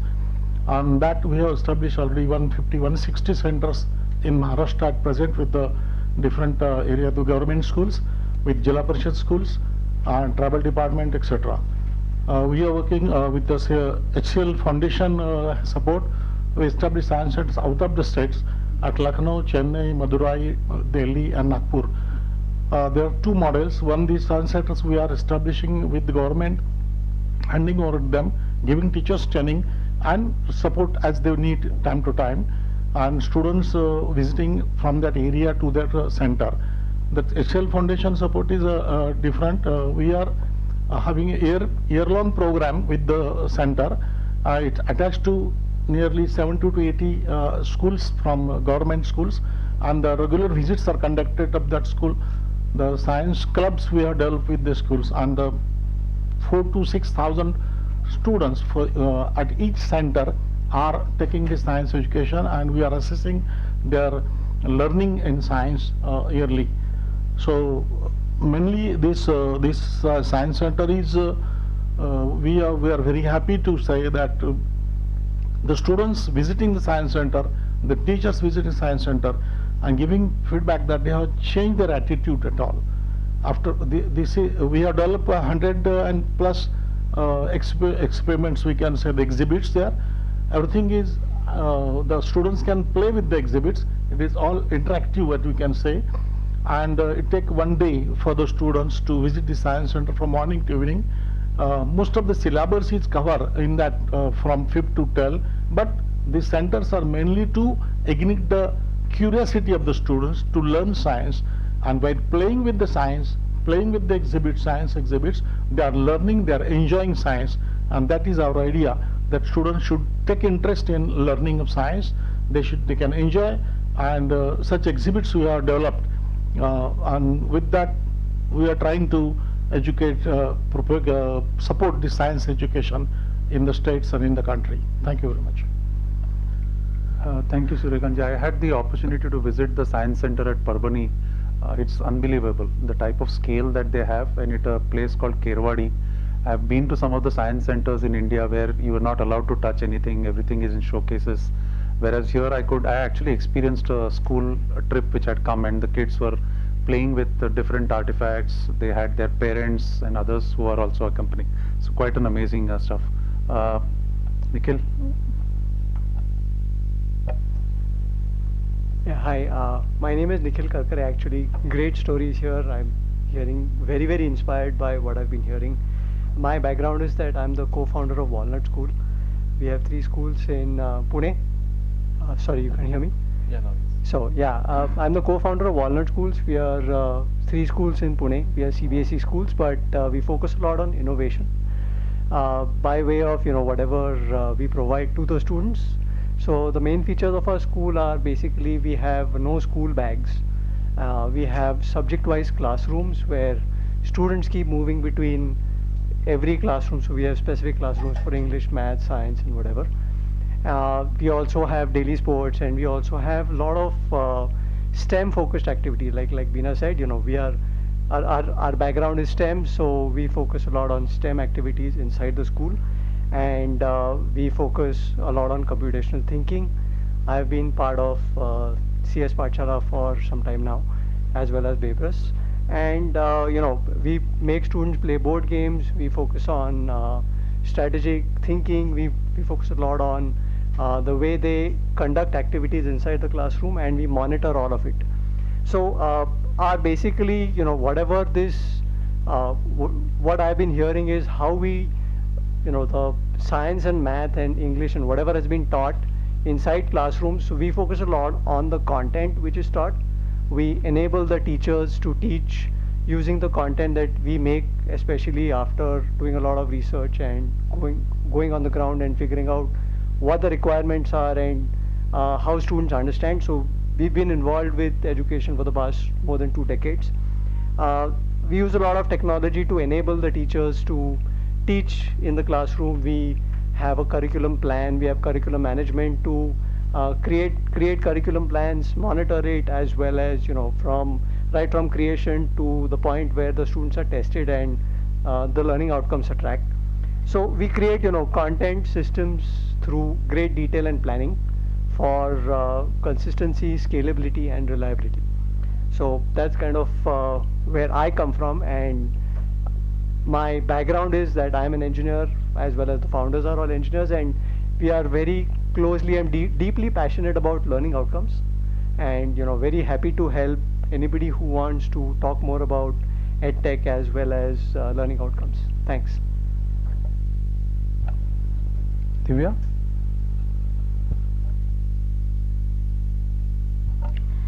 Thank you so much. I'm very inspired again to be here amongst all of you.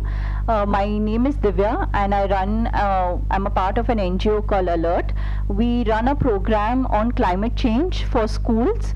So it is a program which is just started 2 years ago. We have around 80 schools on board, and it is a year-long curriculum which we have designed for the schools, with the main focus on having activities with schools where children become agents of change, and they actually go out in the society and make sure that they impart or they bring about changes, because I think climate change is something so pressing which each and every one of us needs to agree on. And the model followed is such that we train the teachers, and then the teachers go ahead and impart the education, the knowledge to the students. And the activities that are involved with the teachers and the students are interactive, so that they can actually understand what needs to be done. For example, the most simple thing as segregation of waste, because waste is such an important issue. So how they can address, teachers as well as children, how they can address these various issues, not only of waste but water, air, trees and biodiversity, and also climate change as the bigger umbrella. So we are not too old in the education sector. It's just been 2 years, but I think we are all passionate people of bringing about change with respect to addressing climate change and sustainability. So that's where we come from. So thank you for giving me that opportunity to present this. I came in very late, since I came to know about this program last moment, just this morning at 9 o'clock. So I just rushed in and made sure that I could reach. So thank you, and I'm glad to be a part of this community to have. And like I said, it's not restricted to any particular school. We work with all kind of schools, be it government schools, Zilla Parishad schools, CBSE, ICSE, IB, because I think climate is something which affects each one of us, and it's not any particular person. I think that's where we come from. Thank you. Thank you, Divya. We move to the last section of our roundtable, and this is primarily focused on platform providers. I thought I'll give a perspective. I'll probably have, I don't know whether Satyam is around. Yeah, Satyam, come ahead. Why don't you come here?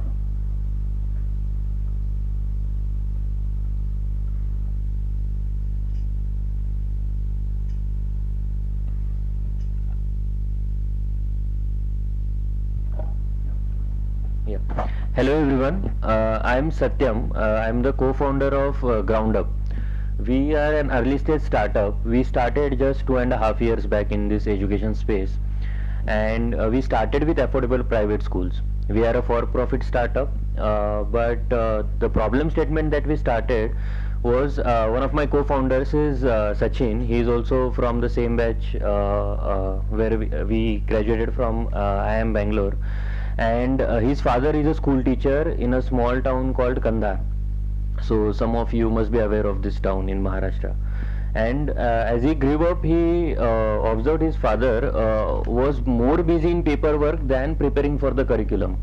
And that is one of the scenarios that we have been observing for the last 3 years. We did initial primary research and we saw that there was a lot of paperwork which can be automated with the help of technology, and it's not a rocket science for current times. And that's the problem statement that we started with. Along with that, obviously, like all of you are discussing the poor learning outcomes. All of us are aware of all the statistical reports that we have of Central Square Foundation, of other organizations. But when we go to the depth of it, honestly speaking, whatever reports we get, even from the UDIS reports or so, let me be very frank with you, the problems are even worse than that. Where we have conducted tests across the schools, and that is where we felt the need that we need data in digital format. All of the data currently sits on a piece of paper inside the school. Even parents get to know about the child's progress at the end of the year. When we distributed results in schools, I personally visited one of the schools in Hadapsar. I sat there on the results day when parents were collecting the results, and I observed what was their response. They looked at the progress report basically, and that was the only time in the year where they will look at it, and then they will not ever, once they go back or while they are leaving the school premises itself, they will not even care about the progress report. That was majority of the parents I'm seeing. So with these two things we started and we developed a SaaS platform wherein we are automating a majority of teachers' daily tasks, and at the same time we are collecting a lot of data on students' learning as well as daily attendance inside the school. And now we started with this ERP solution. We went to affordable private schools. We provided it for free to a couple of schools, and we had a distribution first approach where we try to monetize through other means, for example student apps or curriculum based products. But then there we face certain difficulties. For example, when we gave these softwares, I observed that teachers loved the app really a lot, but still they were recording attendance or creating scorecards manually. And when we asked them the reason was that whenever the education officer visits, education officer would ask them for physical reports itself. Printed nahi chalega, haath se likha hua hi chahiye. That was the exact feedback. And government has GRs. It's not that government is not allowing these things.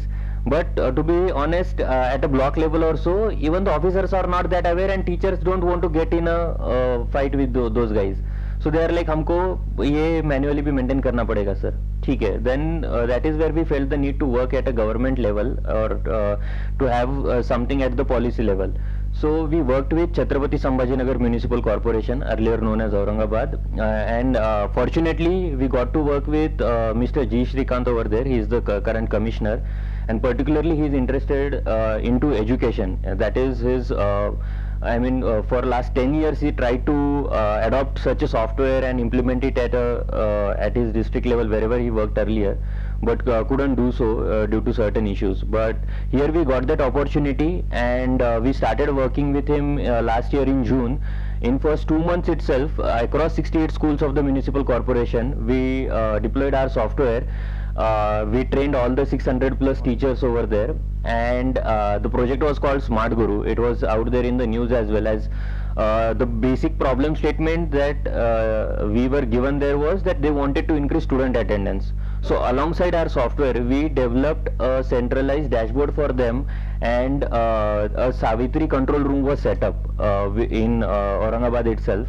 The control room has counselors who not only call parents and counsel them, but also track teachers who are given a facility inside the app itself, wherein students who are on the verge of drop off are basically using machine learning. We are just notifying them about those students, and they can easily call their parents from the app. By just doing this simple activity, we have been able to bring back more than 2,200 students who are on the verge of drop off in the government schools over there. And their attendance percentage, which was lingering around 68% or so, is now up to 84%.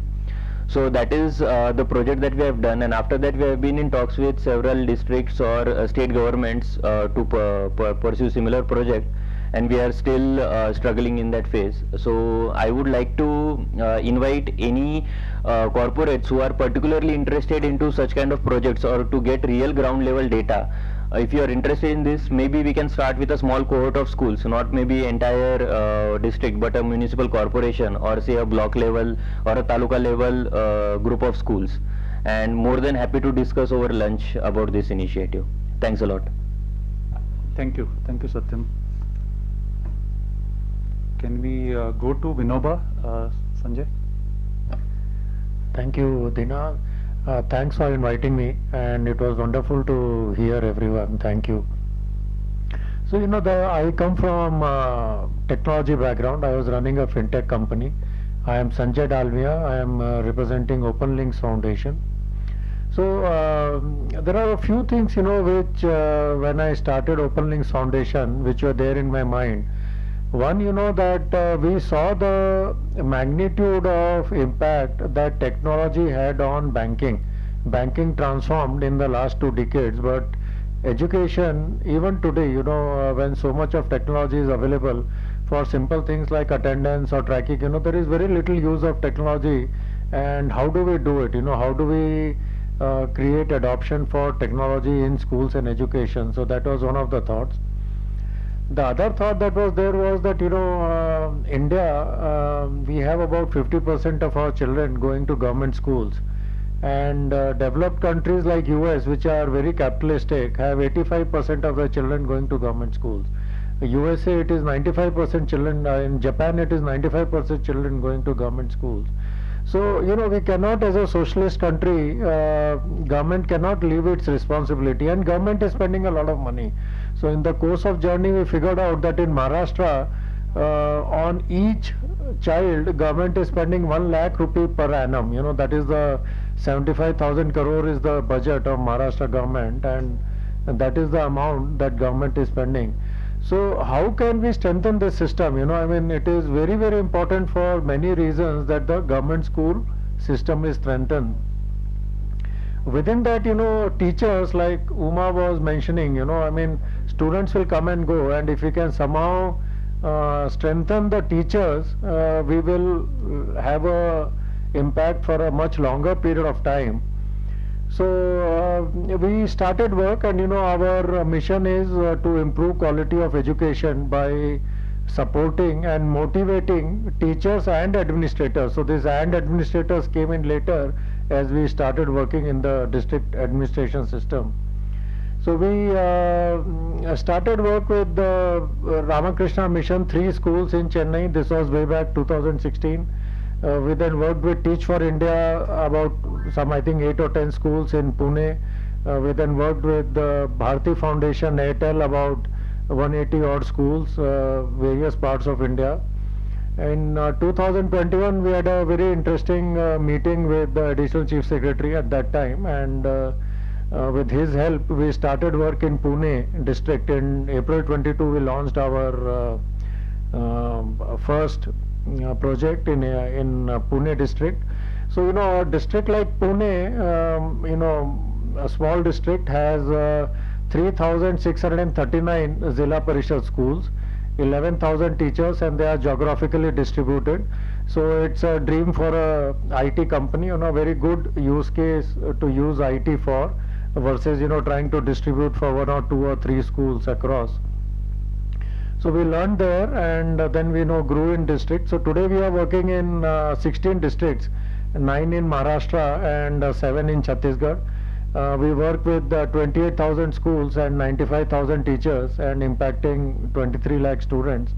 And when I say that we are working with these 95,000 teachers, it is, or 28,000 schools, it is not, that some teachers have come on and some have not. All these 95,000 teachers are onboarded, and they are part of our programs and platform. What do we do? So, there are very simple problems.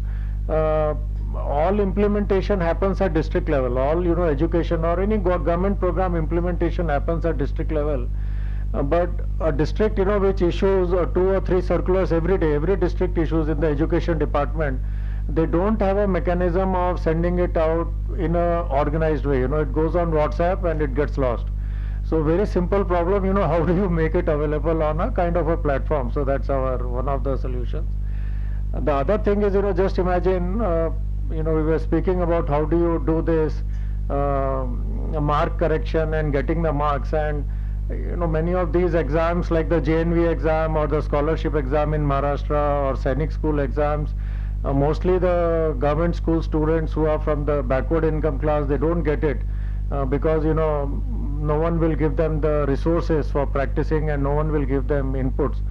So how do we do it at scale? So OMR is a very old technology and we put it to use. And last year we did about 1,60,000 OMR sheet corrections. And it could happen in 10 days because this is automated. This year I feel we will do maybe 10 to 12 lakhs at least OMR sheet corrections. So this is teachers don't have to correct, they don't have to compile marks. All these are very simple issues which otherwise cannot be done without technology. The one very important aspect that we address is how do we make the teacher role glamorous, because no one wants to do teaching. The teaching role has become very low self-esteem job. So various things we do. Recognition has to be timely, it has to be objective. The government school teachers are very well paid, so that is not the problem. The problem is how do they feel responsible and good about themselves. Motivating employees is one of the primary responsibilities of the management, but it is not well executed or understood in the government system. So we have various tools through which we recognize teachers who are performing well on various programs. So it could be FLN, it could be scholarship, it could be share your good experiments projects, it could be teacher student projects. Every month we have programs for teachers. So it could be tea with the collector, or it could be visit to an IT company like Persistent with the students. It could be a radio interview. It could be a newspaper interview article kind of a thing. So last year we had 223 such programs executed at district and block level. So those are the things that we do to strengthen the education system using technology. We feel we are very lucky, to have got technology adopted in schools in very large numbers, and we are working with partners. In fact, in some of the districts, the district administration has helped us to work with partners like Pratham, with UNICEF. That all kind of program monitoring and implementation should happen through Vinoba. We have some other partners for spoken English programs or for Atal Tinkering Labs, those kind of programs. So we see ourselves as, working in these districts with the administration. So we have access to the district administration, we have access to the teachers, we have tools to execute programs. So we'll be very happy to work with partners and, see how we can scale some of these programs. The system is very large, it is very complex and very diverse. So I strongly believe that many of us will have to work together to take it forward. So very happy to be here and look forward to interacting with you all. And thanks Dina once again. Thank you. Thank you, Sanjay. Iftikhar. Hi, I'm Iftikhar. I represent Meta Social. So my colleagues are here. I have Vishal, who's my co-founder, Vishal Naik, and I have Manisha Sinha with me. The attendance of all the people today here, Dina, is the exact ecosystem that Meta Social works with. So on one side, we work with corporates, because corporates, Indian corporates and the MNCs who are working here are all the time looking at trust and transparency. So they don't have, they don't know what teams to work in, and they don't know, which non-profit organizations to work with and stuff like that. We all know there's a huge amount of trust deficit. So what we are essentially, we have a deep tech enterprise grade software platform. So we have 2 or 3 platforms in which we're working with the CSR, in which we do C2I cycle. So right from curation to impact. That's what we generally give to the corporates. In that, what I mean is that you need to work with non-profit organizations, and most of the corporates don't know if they are kosher, legitimate, do they have the capacity, and are they working in the right geographies, and so on and so forth. So that is the piece that we do as far as the CSR is concerned. But when I and Vishal started about 5 years back, we thought that there is one issue, which is fundraising. So we work, so for the corporates, we work in all these things, the C2I cycle, and for the non-profits, obviously, they're all working very hard in great projects. but they are always short of funds. So we help, raise funds for them. But that is not an easy journey, like everyone knows. So it's a lot of work. So we work with them very closely in terms of capacity building and grant writing and so on and so forth. But soon we realized that CSR actually is, all the CSR here would know, is very stifling in the sense that it doesn't give you the freedom to sort of use the money the way you want it. And we realized that all the non-profit organizations need sustainable funding. And that's where we decided to work with the corporates on employee giving. And over there, we've also split that into two parts. And I'll have Vishal talk of the technology and volunteering. So we do innovative volunteering because you need to engage your employees, build micro communities, and then get them to nudge them to start giving. And that is something which is a unrestricted restricted funding that we are aspiring to work with the corporates on. Dina likes numbers, so what we have done is we have 2 lakh NGOs that we have listed. So what we're doing is that we are cleaning the audience tables in the sense that it's very unorganized and there is no kosher, valid list of NGOs that anyone else has done. I mean, there are lists, but they're not to the standard that they should be. So we've taken that task unto ourselves to clean that up. And we've onboarded about 600 missions right now. So 600 NGOs we work with. And as far as employee giving is concerned, we are the first ones in the country to come up with a hyperlocal model. So just imagine that the corporate has one office in Baner and the other office in Kharadi. We are giving your employees an option to walk or drive to a social project and sort of deploy 3 things. One is time, talent, or treasure. So that's how we are working on. And one of the important things also from the corporate side is that they don't have the expertise, and I'm not making a general statement, to create narratives or stories. The stories sell, so we need to create narratives, stories, the Marcom bit, and to promulgate that into the ecosystem. So that is something that we've taken up. And the third thing, before Vishal comes in, like most of y'all, like Kishore, you said, and Uma, you said that we need to work collaboratively. And we need to, Bina, you said, to work systemic building. So today's philanthropists that we're working with are open to working on building the system. And that's where we are doing collaboration. Thought leadership within Metasocial is extremely important. So we are working on basis of data. So we're working on, like someone mentioned, the disparity. And Dina, you said that there is a disparity in terms of some of the districts in Maharashtra which are overloaded with CSR funds, some of which don't have them. So we are trying to understand the data points there and bring in intervention. And our donors, like we are working with about 2,000, a list of 2,000 corporates that we've listed out, and we're approaching them to work in the aspirational district, for example, or the ones which are deprived of the funding. So that's one thing. And Dina, just 1 minute, Vishal, just a little bit about the technology, and then we wrap it. Thanks for giving me a patient hearing. Thanks, Iftikhar. I'll keep it very short because it's been a long, very insightful discussion. Amazing work by, I think, people across the table here. Yeah, so I'll just keep it very short. I think we look at philanthropy 2.0 in a tech-led services model where we enable 3 things from whether it's a corporate philanthropy or it's a foundation. We look at effectiveness and efficiency within that. So how can you do more with less? Because we always have demand for more funds, but can we, instead of reaching 10,000 students, can we reach 1 lakh students, looking at partnerships and things using technology? Second is scaling programs. So how do you go from kind of one pilot to a larger this thing? And last is insights.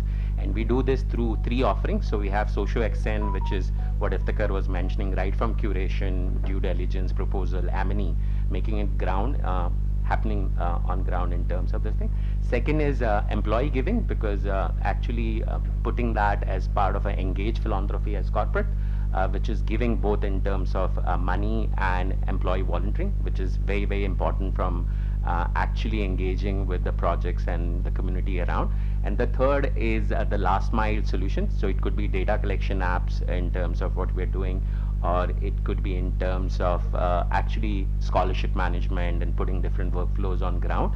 And we have a low-code, no-code platform inside for that, which is the services side of it, which can put you enterprise-grade solutions between 2 to like 6 weeks' time. So I'll just keep it short to that. Thank you so much, and we'll be happy to connect offline. Yeah, thank you.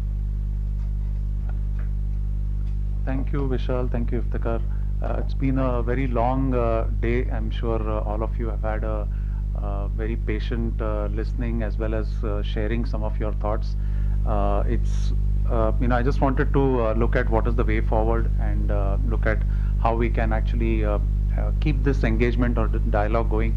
I'm sure you all have picked up certain points which relate to your work and you could collaborate. That is one of the key objectives that definitely you guys should look at.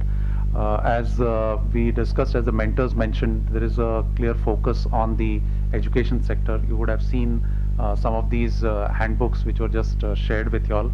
Will definitely come up with something from a education sector point of view. And given that this particular sector was such a critical one and a wide one, we felt it was important to take inputs from a diverse set of people to so that we could come up with something which is having the depth as well as breadth, and obviously linked to some of the deep research that organizations like this or Gokhale or Tata Trust could bring to the table. But we will also like to get more inputs from you all. I know it was very rushed in the sense that everybody gets about 5 minutes to present whatever they are doing. But feel free to write to the Social Innovation Lab with more details. That definitely is something which would we would encourage. And there are a few people who came in and joined us for this roundtable because there were, just to give you another perspective, we've been working with some of our alumni from TCS, and there are a lot of senior people who would like to volunteer but don't know how to go about. So David is here, he's been part of that group, and we've been having some discussions around it.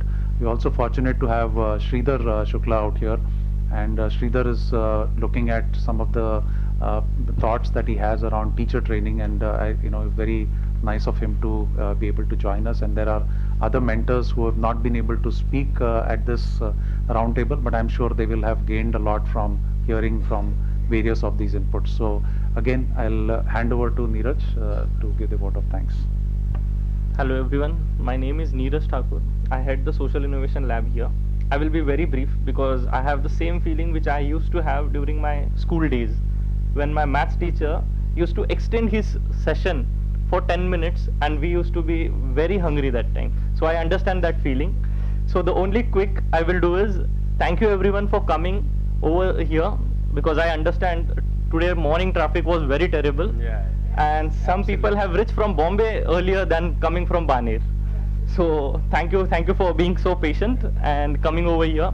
And we expect similar kind of supportive platform which we are trying to create, and your support continuously, and we will definitely keep on disturbing you guys a lot more times. Thank you so much. And officially I conclude this event. Thank you.